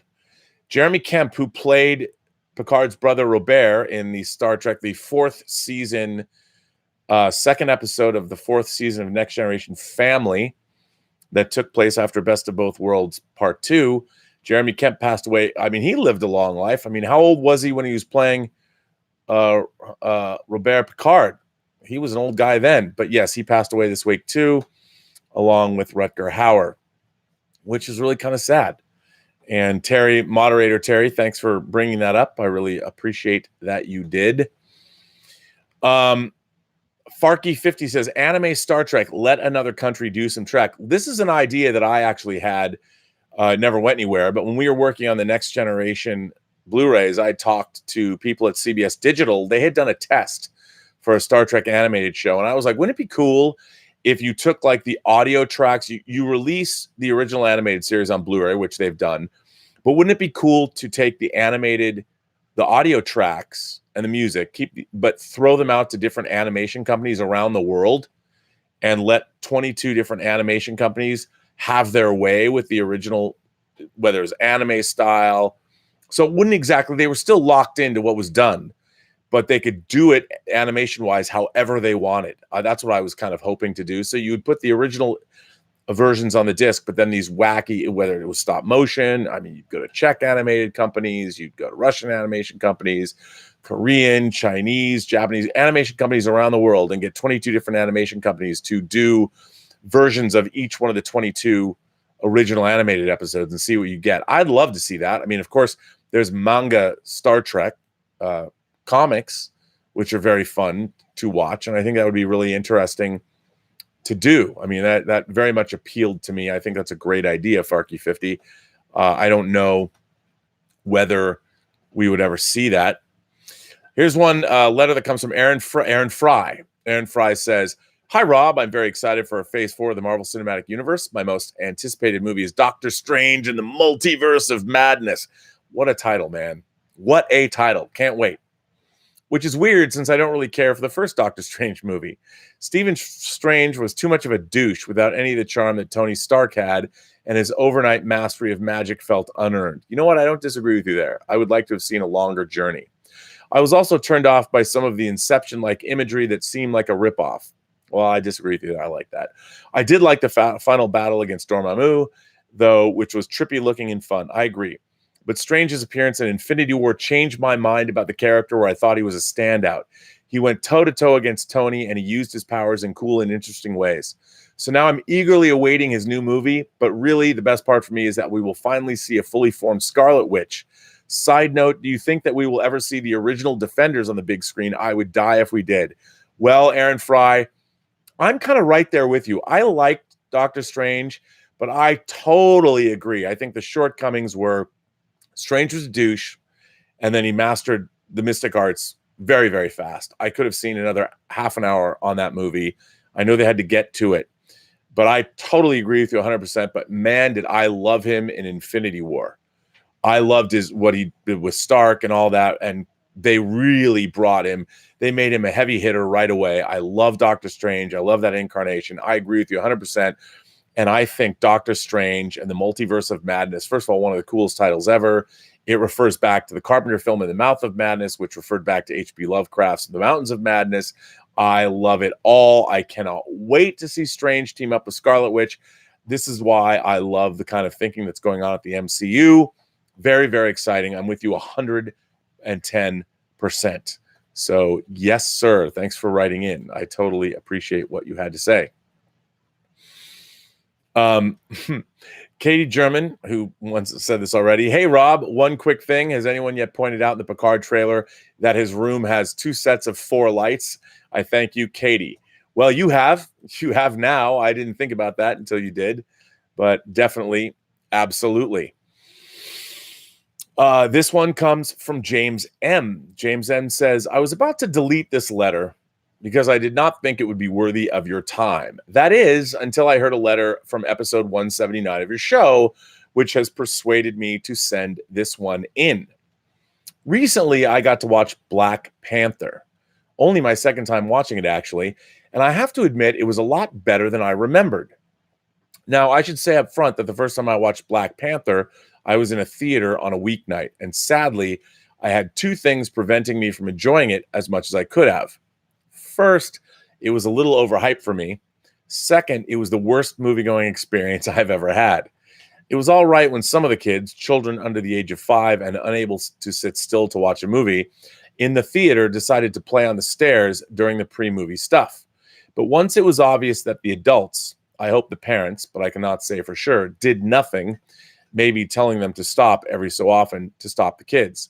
That was when I knew I was in for a long 2 hours and 15 minutes. It did not help that my seat was in the road directly behind them, and my seat was next to the stairs, which leads me to why I have written this letter. For it was not until this rewatch, my first rewatch of the film, that I realized just how important one's surroundings are and just how big of an influence these surroundings have, especially when one is watching something for the first time. Do you ever recall almost disliking a movie or a TV show and then the second time around truly enjoying it? James M. Yes. First of all, James, answer your question right away. I hated The Talented Mr. Ripley when I first saw it. I hated it. I think it was Christmas Day. I don't remember what year, 2000 maybe, but I was really hungover. Or maybe it was New Year. It might have been New Year's Day. And I went to see Any Given Sunday and Talented Mr. Ripley, and I hated Talented Mr. Ripley, but because my head was pounding. But I watched it later and I loved it. I wanted to be Jude Law and play saxophone and live in Italy. Americano, loved it. But I believe that there are rude people out there. And one of the reasons I love the Hannibal Lecter character so much is because basically Hannibal Lecter wants to make the world a better place by eating assholes. The rude, I love the idea that he wanted to eat the free-range rude. I think whenever you go into a movie theater, you have to understand that you're part of the public, and people have paid to be in that environment. And once people have paid to be in an environment that you're in, I think you have an obligation to be out in the world and not impose your life on. You're infringing on other people's abilities to enjoy what they've paid for. And if your kids are unruly, or you're a parent that can't control your children, I think you should wait at home. Why do your rights supersede everyone else's? When you go into a movie theater, we're lucky in Los Angeles that we have movie theaters that'll kick you out through this kind of behavior. But there are a lot of people, and I feel this way, that there is a lack of civility in the world that I find very distressing, because it's spilled over to every aspect of our lives. And I think when you go out into the world, you have an obligation to not expect the world to conform to you, but that you need to remember that you have your fellow citizens. You need to have a sense of citizenship.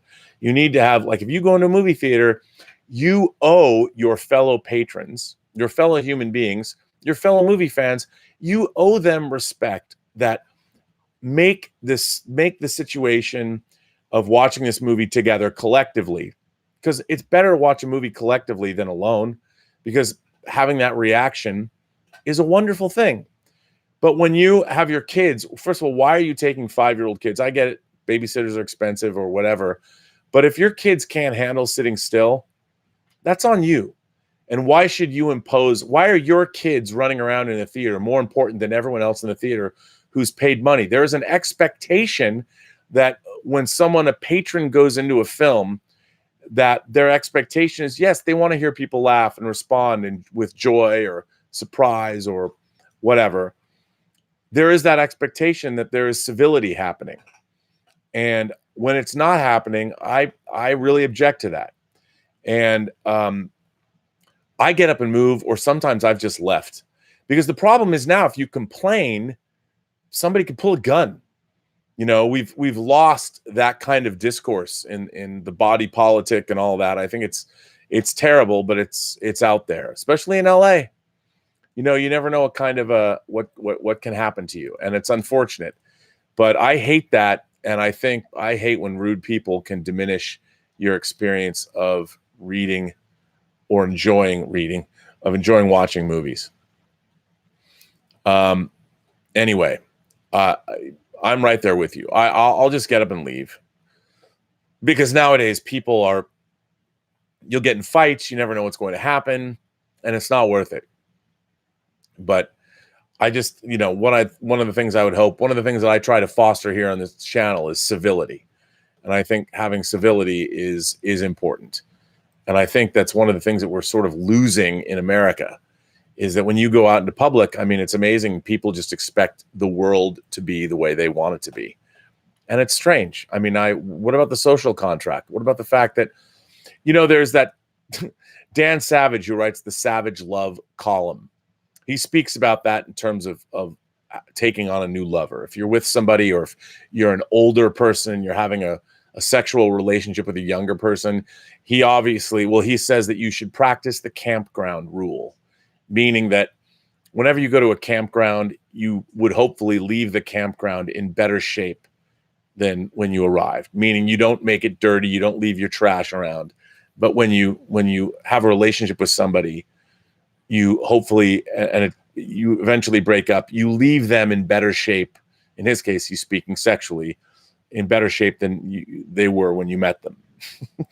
And I've practiced that. I hope, and not always. I'm sure many girls I've dated are gonna be like, "What, you hypocrite? You know what you did to me?" But in my mind, I would want to do this. I mean, I aspire to do this. I certainly haven't, but all the time. But I try. You should leave the world a little better than when you found it. Now, if I can use a Star Trek analogy, Captain Jellicoe at the end of Chain of Command, when he finally returns the Enterprise D command back over to Picard, he famously says that he hopes he's made the Enterprise a little bit better. I love Captain Jellicoe. I think Riker was totally wrong to object to what he was doing, but I've always loved that. I've always loved that Captain Jellicoe, by imposing his will, and he was going into battle. He was going into war.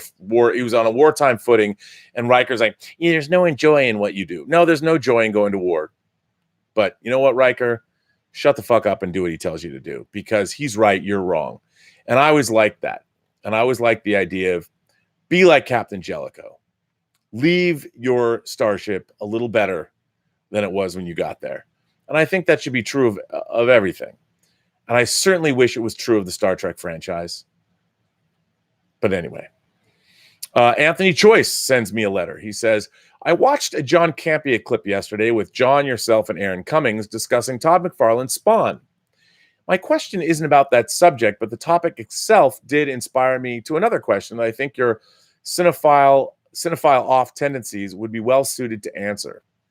What, if any, never before directors, non-film professionals have come in and hit it out of the park for their first time out? And if so, why so?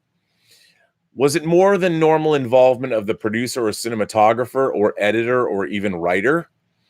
What was the secret sauce? And it isn't just a fluke. The obvious anomalies of a Tarantino or Wells come to mind, but I'm not asking about this because they might as well be from another planet savants. More so, I'm curious about men and women on the street coming into the director's chair as an auteur or otherwise. Even a Stallone came in from acting and had a background in the field somehow. But why, or can someone come in and not end up either laughed out of the screening room as a joke or a tragic lesson in what not to do, a la Simon Kinberg, or even more profoundly, a Troy Duffy in Boondock Saints? Can you give some examples that you can think of and recommend we check out, and or why? And if such do exist, how many were one-hit wonders, and what, if any, made a career out of it? And again, I'm not talking about James Cameron or a Roger Corman factory type who worked their way up, but someone who was seemingly overnight. And more importantly, what story got them there? One of the people that comes to me was Sam Fuller, but he wasn't just a writer journalist. Folks say he was also a decent photographer, though never credited as such. Yet photography goes a huge way in teaching composition and lighting. I have a deeper reason for asking this, and that we must consider the times in which we now live in, where literally anyone can be a filmmaker by virtue of a smartphone, a snazzy computer, and a streaming outlet. I've regularly been surprised by what novices can produce raised on a steady diet of the language of visual literacy and molded by Hollywood. But symbiosis is hit and miss at best, and I see regularly those who can never grasp the idea of a narrative line, thus producing a confusing hodgepodge on par with Tommy Wiseau's best, which is to say the worst thing possible. Ed Wood has more charm and capacity. He, at least to me, seems to be becoming less and less of an issue. In college, for example, I TA'd for an English professor who has no written papers. Everything was a video production by the students, sometimes in a group, sometimes solo. He'd have them watch Rodriguez's 10-minute film school and send them out on their way. And then as a film major, I cringed at the thought, rightly so, considering some of the end results. And I couldn't help but think, that a great essay demolishing the myth and fantasy around Rodriguez being a know-nothing novice turned auteur that clearly laid out the thousands of hours of amateur filmmaking and editing Rodriguez had done as an obsession from childhood he shared with other greats like a young Spielberg, for example. So to circle back, what, if any, recipe is there for such out-of-nowhere success, or is it really just lightning in a bottle? How can things be improved, or just what are your opinions on this? Antoine, sorry for any typos. I'm typing this from my phone, and autocorrect can be evil. Well, Antoine, Anthony Choice, first of all, yes, that was difficult to read, but that was okay. What a great letter. First of all, everybody in the world thinks they know how to make movies. Everybody. I don't know anything about brain surgery. I certainly wouldn't get on forums and talk about what brain surgeons screwed up and how they could do better. Everybody in the world, anyone with a passing interest in films, think they know how to make movies.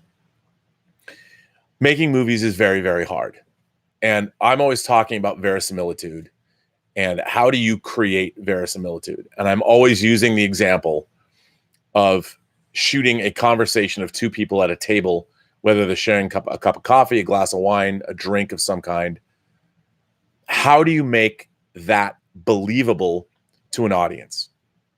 Now, the thing is, it might seem easy, but first of all of us have sat down at a table and had a meal with somebody, whether it's a family member, a whole family, Thanksgiving, whatever holiday, or you're at a cafe meeting somebody for the first time. Everyone knows what it's like to sit down at a table and have a conversation with people. So when we see it portrayed on screen, that is, believe it or not, for me, it's always a litmus test. Like here's something like when I've directed or I'm going to work with a cinematographer, here's what people do. You'll watch a cinematographer's reel and they'll give you all of these shots, these beautiful shots that they've done. There's a montage of all these great shots they've taken of sunrises, of nature, of pretty girls and beautiful men and all of these things put together in a reel. And you look at it and the images all strung together are very dazzling because they all look great. I would much rather see on a reel a cinematographer showing me how do you shoot two people at a table having a conversation and make it compelling. Now, that's interesting to me because basically, you go in with overs and there's when people are talking, there's only so many ways to shoot it. However, how do you make something like that look interesting? I've said often on this, I had a conversation with the DP of Skyfighter yesterday, Lucas Kendall's short that we debuted at the Hollywood Shorts Film Festival, about the anamorphic lenses that we use to shoot Skyfighter. Because I love anamorphic lenses. Those are how we get widescreen images. And because of the glass, there's distortion because the way anamorphic lenses work. I won't get into the conversation now. But I was talking about the fact that I do not like using 50 millimeter lenses because 50 millimeter lenses are basically the way we human beings perceive the world. We're locked into seeing the world in 50 millimeters. And a lot of the time when you see filmmakers out of the gate start working, there's a lot of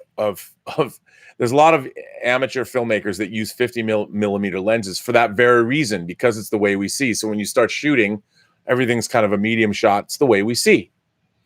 But I've always said, another sort of Burnett axiom, is one of the great ways, especially if you're working in a low budget, is one of the things that you can do to make your film look more filmic, more cinematic, is if you get closer to your subject or get further away. So you get away from the 50 millimeter lens look, and you don't use 50 millimeter lenses. But our DP on Skyfighter pointed out, he said, well, unless you use a 50 millimeter anamorphic lens.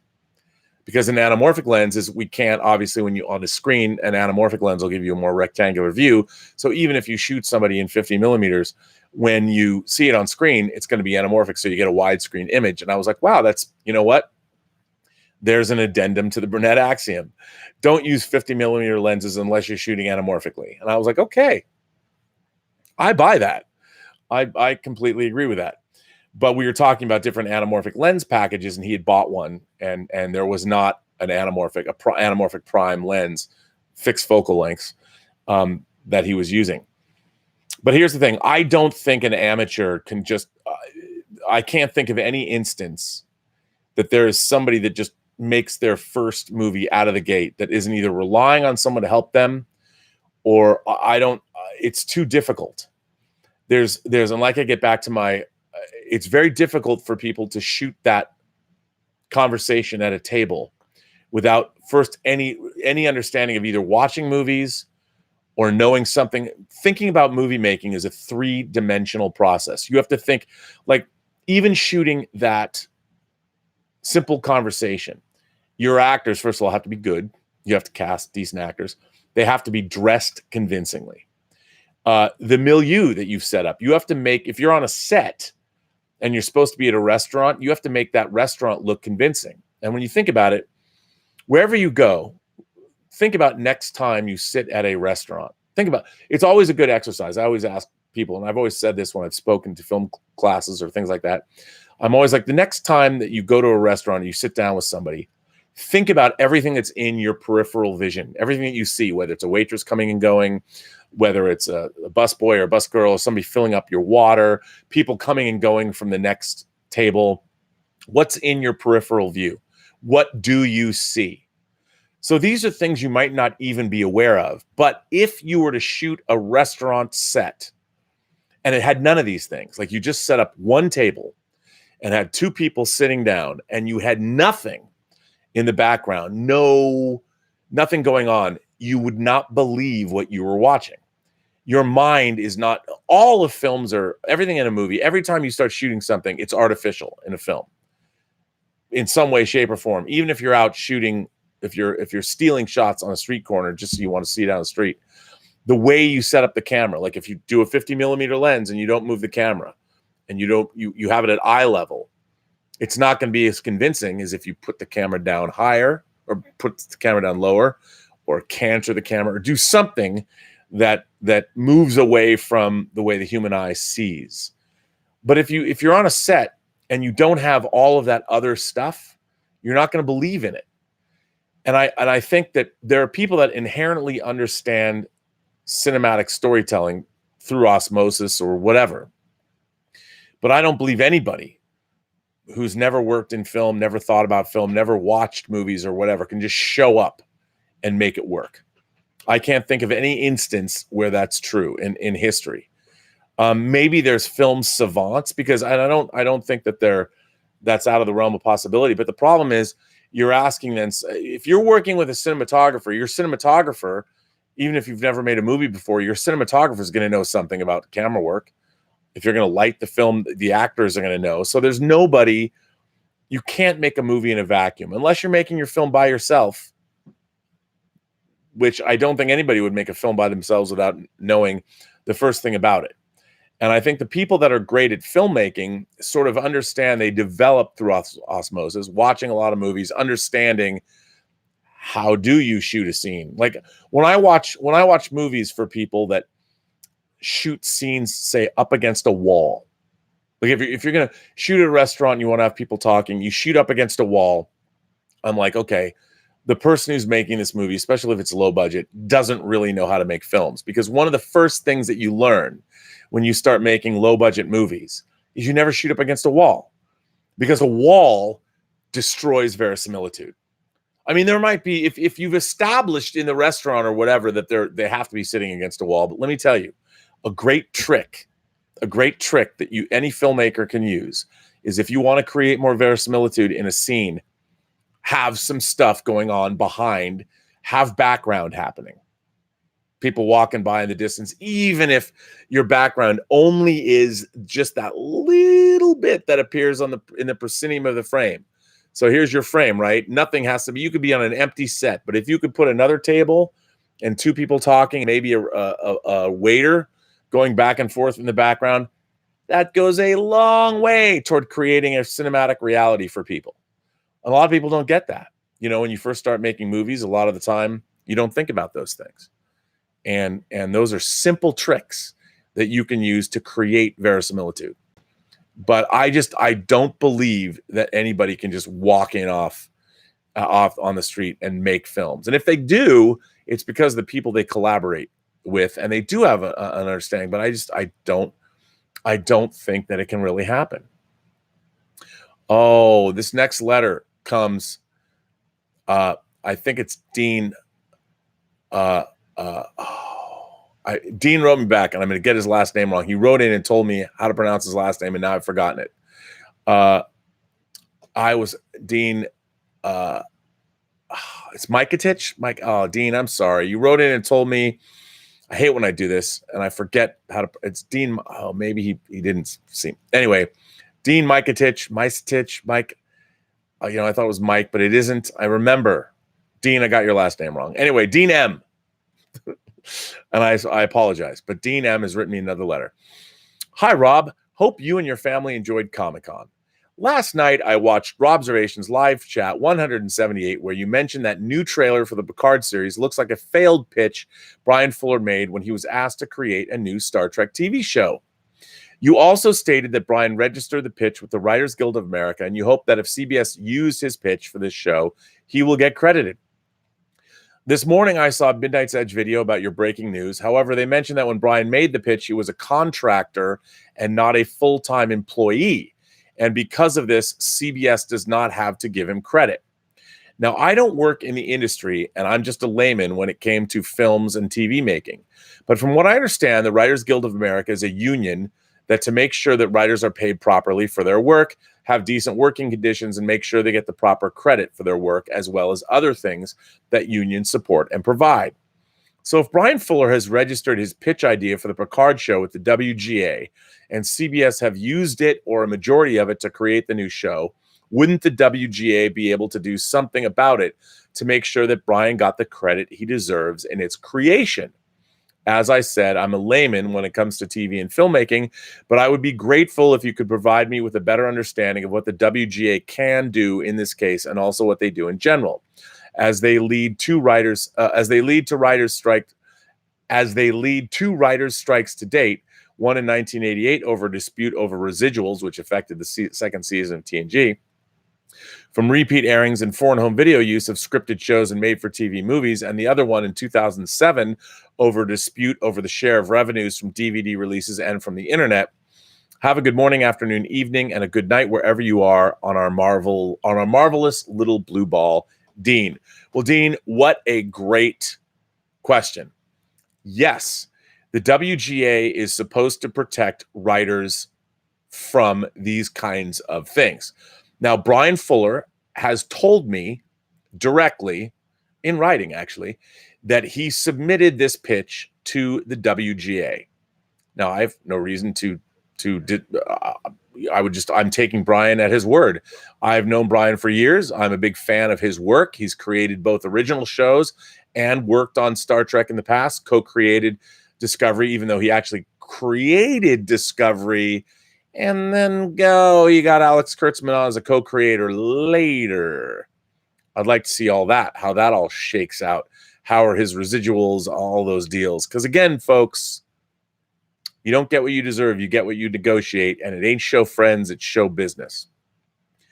I find it interesting. Now, you could say that Kirsten Beyer, I know, who is a prime mover in the Picard show, could very well have come up with this idea about Seven of Nine and the Borg and laying heavily into a rescue armada and all of that.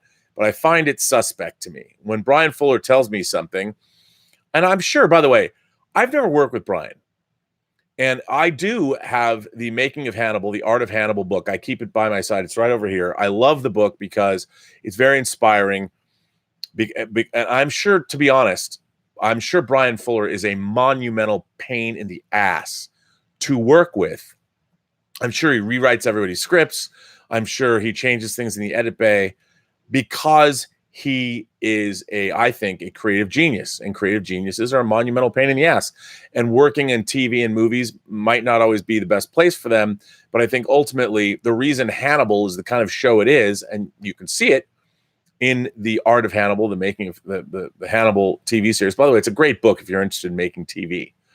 I'm sure Bryan's an enormous pain in the ass, But there's a reason why the first season of American Gods was the way it was. I mean, sure, Michael Green worked with him, but Bryan is definitely somebody who is bringing a certain sensibility. And do I agree with everything he did in Discovery? No, I don't disagree. I don't agree with everything, but I think a lot of what he did in Discovery was great. And if his first draft, or well, not his, I'm sure it was many drafts in, but his original draft of Qapla', which became the Vulcan Hello, just the dialogue alone was way better. The characterization was just way better than what we received on the air because he's steeped in Star Trek.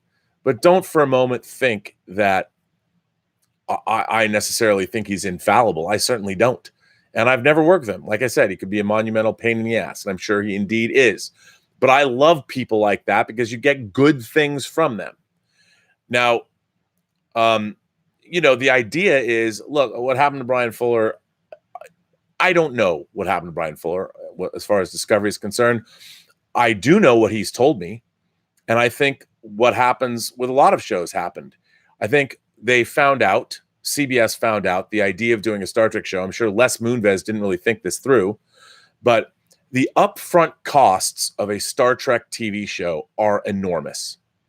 More so than any science fiction show has, especially if it's space set or set in the future, has enormous upfront costs because of everything that needs to be built. You can't buy a starship set from the hardware store. Everything has to be built. Star Trek has to be designed, the costumes, everything. It all has to be designed, the props. So you have to pay an inordinately large sum of money up front, unlike other TV shows.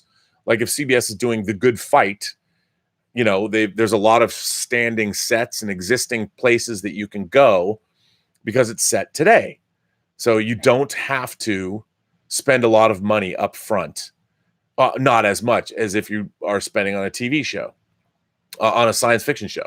Everything has to be created. And what you do on a Star Trek show is then you amortize the costs across however many episodes you're doing. So originally, Star Trek Discovery would take their costs and say, let's just say that it cost them $13 million to get all the costumes and all the sets and everything up front. You had to spend $13 million just to build the sets. Well, then what you do is in each budget over those 13 episodes, $1 million gets put into each budget to pay for set construction and costume design or whatever. That's what I mean by amortizing the costs across the production. So whatever it is, so you immediately have a $13 million upfront cost. That's a lot of money.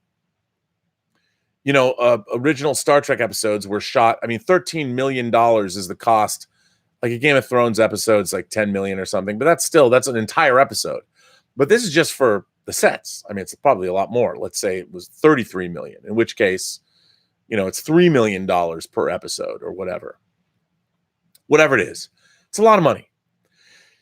Now, Bryan once told me that he had a conversation, or I don't know if it was Les Moonves or something, and Les Moonves literally told him, well, can't you do this like the original Star Trek? Why can't they each be $1 million? Why can't it be cheap? Well, in this day and age, with what audiences expect from a science fiction show, you have to spend the money. It's not cheap to make a space set science fiction program, especially a Star Trek program that people expect from Star Trek. Now, they did a lot of things, like they made hero props, the phaser props and things. They spent a lot of money making these great hero props. Normally, props like that aren't going to be seen, but Bryan spared no expense. They built a lot of very expensive sets up front because it was going to be, and whether that was the smartest way to spend your money, I don't know. I wasn't there. I've produced things. I know how to produce. I know how to produce things, whether it's a feature film or a television show, and do them for a price. But again, you have to have a three-dimensional understanding of how these things all work. I think that when the budget started to go up and up and up, I think CBS panicked. They blamed Bryan, and he was removed for how expensive the show was getting, which again probably doubled the budget because they have to bring in and start all over. Whatever, I bring in new producers. I don't know, but once what happened, and Bryan was already gone, they're not going to suddenly bring him back. I mean, the real question is, was he paid for his pitch? Was there development costs something along those lines. And while he was working for them, he demonstrably came up with an idea that he registered while he was still working on Star Trek. He pitched 5 shows to CBS. And if one of those was indeed Picard and Data, and now they've moved forward with that concept, the WGA should step in and look into it. Because clearly there are elements. Now, that's not to say that Kirsten Beyer, who wrote a lot of Voyager novels, wouldn't come up with similar ideas. Because look, there's only working in a Star Trek frame, a Star Trek context. These are not ideas that are totally alien. They're not like coming out of left field. They make sense when you know about Star Trek. Does that mean they were stolen? Not necessarily, but they're pretty specific ideas. And I understand doing a Picard show, having the Borg come back, but having 7 of 9 come back and Romulus and all that, pretty specific pitch. But yes, if Bryan chose to pursue that, and it'd be interesting to see what kind of a residual deal he's getting. And when he left, I don't know anything about it. We haven't discussed that. I don't know Bryan well enough to be talking about his monetary situation or anything like that. He mostly has shared things with me from a more of a mechanical perspective, like the mechanics of how do you develop TV shows. And obviously I was a Star Trek documentarian for 3 years, and I really wanted to work on Deep Space Nine and Voyager. And Bryan is a very passionate, very articulate, very smart guy. And just read the book on the making of the Hannibal TV series, because it's a fantastic insight. That is a truly auteurist series. And as people know, it's not the directors that make great television. They're part of it, but it's the writers and it's the showrunners who are the true auteurs of television. So again, it's a hard thing to talk about. But I'd be curious to see what happens. But yes, to answer your question, yes, if it was truly registered as Bryan told me, and I have no reason to think otherwise, with the WGA, and there's a lot of similarities, he should get a co-creator credit on the show. And a co-creator credit in television is incredibly lucrative. And I think that that's what Bad Robot wants. That's what Secret Hideout wants. Can you imagine how much money you can make getting your name or your production company or getting involved as a producer on all of these? Because right now, what are they doing? They're focusing on their Star Trek universe. They're violating the Burnett axiom. They're going to create all this stuff. Hopefully the creators of Star Trek Lower Decks or Star Trek Picard, they're focusing on. And again, you know what? In order to appease, I think it was a great move to make a Star Trek Picard TV show. The problem is, when you're making a Star Trek Picard TV show, I would have said the same thing about Free Enterprise, is you're contingent and beholden to Patrick Stewart. So out the gate, the storyline you're going to want to tell is not, you have to tell the storyline, you have to tell the stories that Patrick Stewart, the actor, wants. That's why they made him be an active part of the show. And whenever you get an actor involved in the creation of a show where it's about that character, that person, they can't help, once they're front and center, to bring in their own personal biases and personal predilections or whatever and make it a part of the show. He's been fostering dogs. Let's put a dog in the show. Is having a dog the best for the Star Trek Picard show? I don't know. But I would assume what you want first and foremost is you want your visionary showrunners and your producers and writers to create the best stories that we can get. Never put your universe before your characters or your stories. Unfortunately, when you put your actors before your characters and stories, and you let your actors dictate those characters and stories, never a good thing, because actors by definition are thinking about their own characters and their own depictions rather than the universality of the story that you're trying to tell. So, and I'm not saying that Patrick Stewart is necessarily bad at this, but I'm sure he's had a lot of strong ideas. As a matter of fact, I know because I've heard one person removed from all of these things, but of course he did. And if you read Michael Pillar's unpublished book, but you can get on the web, of the making of Insurrection and the notes that went on with Star Trek Nemesis, actors are not always the best people to be defining or dictating what happens to their own characters. I will always defer to the writers or the producers, especially if I consider them to be visionary. But they needed Patrick Stewart just like I needed to get William Shatner to be in Free Enterprise. So who knows? We'll see. I want Picard to be good. It's just, I've said before, Akiva Goldsman was on this show very early on, and I've not been a fan of most of Akiva Goldsman's genre material at all. So there you go. This next letter comes from Mike Wright. Hi, Robert. Thanks for reading my message. If I can ask 2 questions, what is your favorite Hammer horror movie? I don't think there would ever be another studio that will create such classic movies with deep, dark, and gothic rich colors. Who can forget Hammer's tradition of bright orange and red blood that almost glowed on camera? The sets and costumes are always beautiful, like in the first 3 classic Dracula movies with the late, great Christopher Lee, who was born to play the King of the Vampires. Even when he has no lines, he just creates that sense of dread and violence by just stalking in a room. Even though these classics were done on the cheap, I personally believe Christopher Lee should have gotten an Oscar or at least a nomination. No one has been able to equal his Dracula since. The sets feel like a mix between dark Charles Dickens English town and long ago European Transylvania.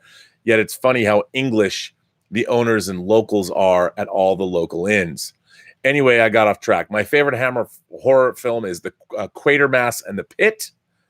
I know everyone seems to prefer the first movie, but I love the second film. Robert, what is your favorite Hammer horror film? I know it's hard to pick just one. Thanks, Robert, and keep up the great work. Mike from Tassie. Okay, what Mike is asking about, for those of you who don't know, there was a studio, and they've resurrected it. I don't know if it's still around, but Hammer Films, Hammer Film Works, Hammer Films, Hammer Studios. Hammer was a British company that specialized in low-budget genre films and then it popularized the horror genre. And it made the Dracula movies that starred Christopher Lee, the Frankenstein movies that starred Peter Cushing, or starred both of them. And they made like the Quatermass movies, like Quatermass in the Pit and 5 Million Years to Earth. And they made some thriller movies. They made all different kinds of movies, genre films. They made the Karnstein vampire trilogy, like Twins of Evil, or Vampire Lovers, Lust for a Vampire, and Twins of Evil. By the way, I love the Karnstein vampire trilogy. And one of the things that they were known for in the latter half of like the 60s were they had many beautiful women like Ingrid Pitt and what is it? I can't even pronounce her name.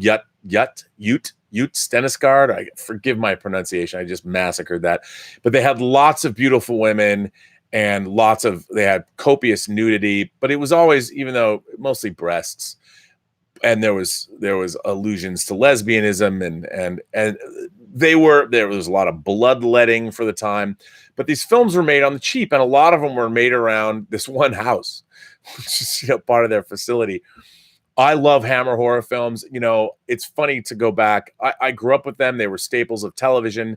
And as a child, when I would see them on TV or when I get them on home video, I remember getting Lust for a Vampire on, I think, Thorn EMI home video, because it came in the plastic clamshell. It was great. And it was always hard to get Hammer horror films, especially uncut.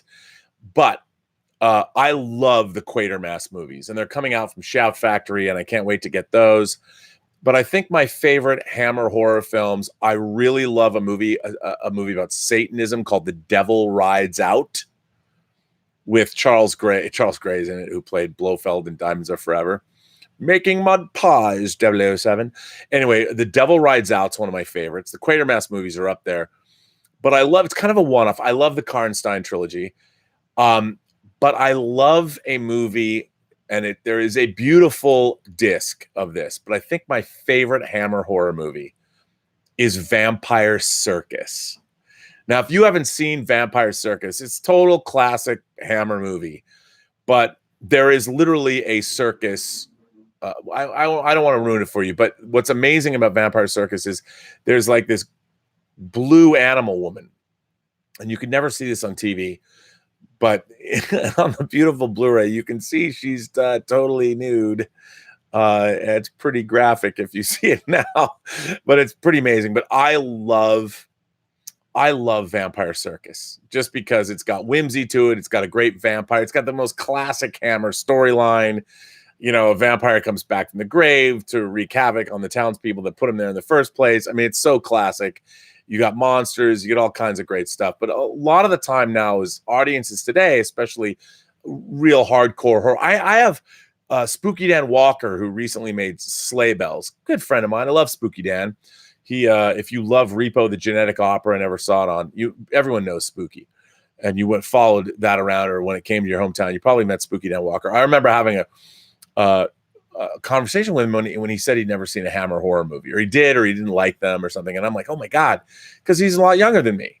And if you grew up post 1980 and you grew up with late 70s and 80s horror, starting with like Texas Chainsaw, and you watch slasher movies and you went from there, it's hard to go back and watch Hammer because they're so quaint. But if you can put on your open-minded hat, and yes, and the pacing of these movies can be glacially slow. I get it. Kind of like classic Doctor Who. I understand. There's a lot of people that can't quite get past them. But if you watch the Karnstein Vampire trilogy, and that's Vampire Lovers, Lust for Vampire, and Twins of Evil. I love those movies, especially Twins of Evil. They get totally graphic. But if you want to watch the Quatermass movies, which a lot of people think they're Quartermass, but it's Quatermass. They're coming out from Shout Factory. A lot of the Christopher Lee Dracula films, like Dracula Has Risen from the Grave. I have a Dracula Has Risen from the Grave one sheet, which is one of my favorite. Look up Dracula Has Risen from the Grave. It's a black and white image of a beautiful woman's bust line and the lower portion of her face. It's black and white, but there's two pink Band-Aids across on her neck. And it says Dracula's risen from the grave, and underneath it says, obviously. They are cheeky. And I'll tell you a true story. I've told this story before, but in 2001, when I went to interview Christopher Lee in London for the Fellowship of the Ring special extended edition DVD, now Blu-rays, for the special features, I knew that Christopher Lee did not like to sign posters of himself as Dracula. But I was like, I can't, I'm just going to see how it goes. I had found when I was at the Cannes Film Festival at the market with Free Enterprise in the summer of 1999, Mark Altman and I found a poster dealer on the streets of Cannes, and we missed our plane. We literally missed our plane. We were flying out of Nice. We missed our plane because we found a poster dealer who had incredible foreign posters, and I bought a French Dracula Prince of Darkness poster, which is of a Hammer movie. So I took that poster with me when I went and met Christopher Lee. Now, I've met a lot of celebrities in my life, and I don't collect autographs of celebrities or actors. I just don't, you don't do it. Authors, I love collecting autographs of authors, and I always have them personalize my stuff. So I interviewed Christopher Lee. He and I talked for 5 hours. It was so much fun. This rollicking conversation. I had such a good time with him, and it was amazing. But it went really well. And after the interview, it was very funny because I had this makeup artist. When he goes to the bathroom, I said to everybody, because I'd hired a group, I hired a crew, the makeup artist and the camera crew, and I apologized to them. I said, listen, I'm about to do something that is woefully unprofessional. And the crew's like, the girl, the makeup artist especially, she was just appalled at me. She goes, you are not going to ask him for an autograph, are you? And I go, yeah, I am. I'm going to ask him for an autograph. I'm going to ask Christopher Lee for an autograph. One of my heroes, man. I mean, I'm going to ask him for an autograph, and I don't care. It's such a breach of etiquette. So Mr. Christopher Lee comes out of the bathroom, and I say to him, I go, Mr. Lee, I was wondering, may I get your signature on a poster? And I know I had heard that he didn't like to sign Dracula posters because he believed he was so much more than that. But I figured that this poster was in French. Dracula, Prince of Tenebrae, whatever, however you pronounce darkness in French. So I unfurl this poster and he looks at it. But we'd had such a good time talking, and he knew how much of a fan I was and how I could extemporaneously talk about his career. I wasn't using notes. I never used notes.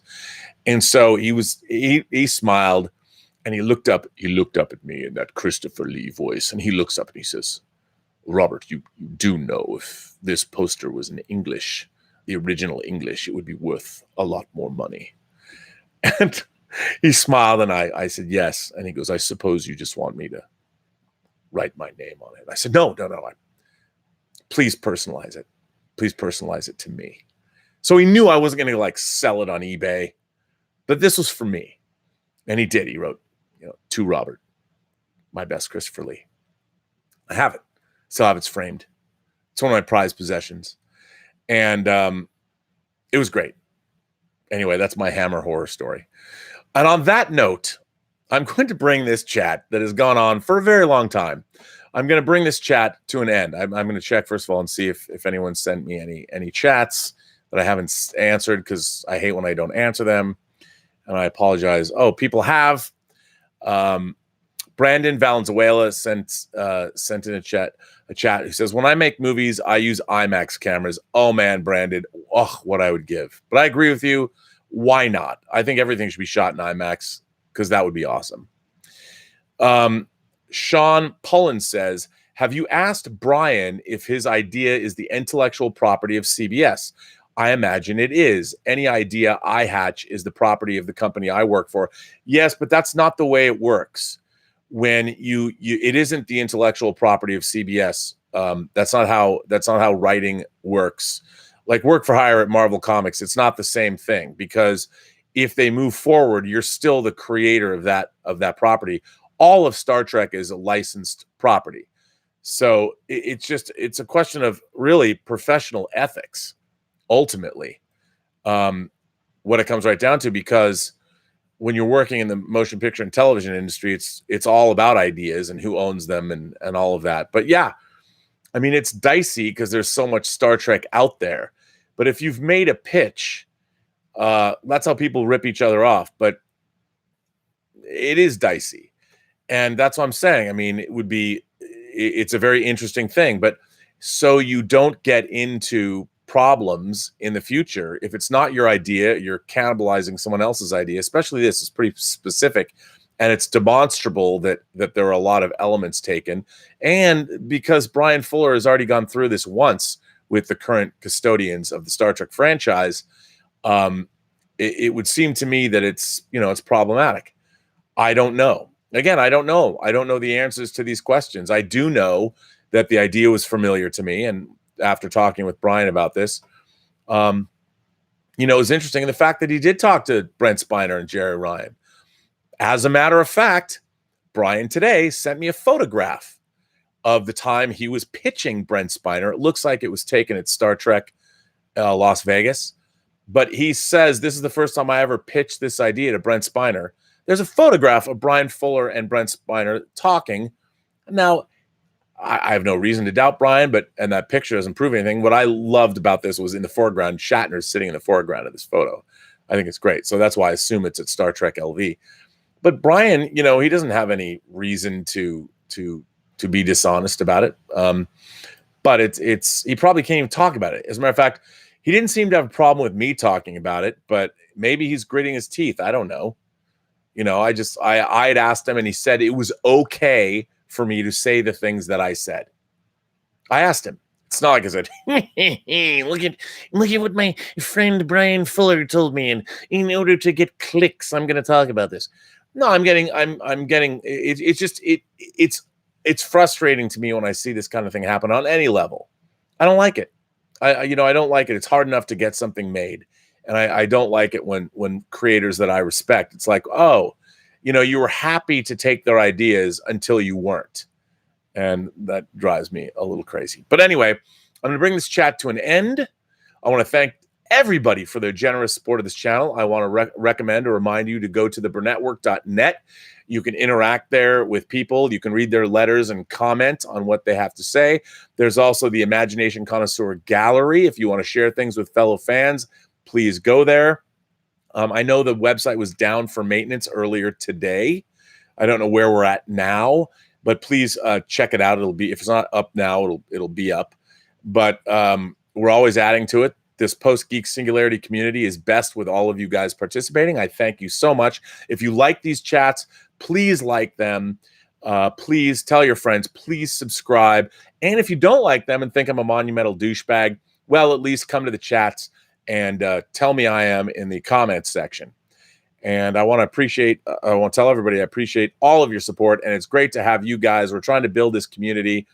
And I love everybody's letters, and thank you all so much for all the thoughtful things that you keep sending in. It's amazing. I want to thank my moderators, Greg, Terry, Detective Jim, and the Honorable Mike Bodden for making sure that this community stays respectful and open, and it's a place where everybody can come, no matter what your political affiliations, no matter what your genre fan affiliations are, whatever it is, however you identify, whatever your sexuality is, whatever your religious beliefs are. I just want this to be a place where we can all, because our baseline is we all love science fiction, fantasy, and horror. We all love flights of fancy. We are all imagination connoisseurs, and that's what this is all about, is sharing our love of all of this stuff. So I thank you all for being here from the bottom of my heart. And remember, every person you meet has a story to tell you have yet to hear. All you have to do is listen. And with that, I'm going to end this chat. Thank you all for being here. It's been a long one, a barn burner, and I'm looking forward to seeing Once Upon a Time in Hollywood tonight. It's Elizabeth's birthday weekend. We're going to begin her festivities this evening. Thank you all for being here and being a part of the Burnettwork and Robservations. This will be the end of Robservations live chat number 180. Have a better day.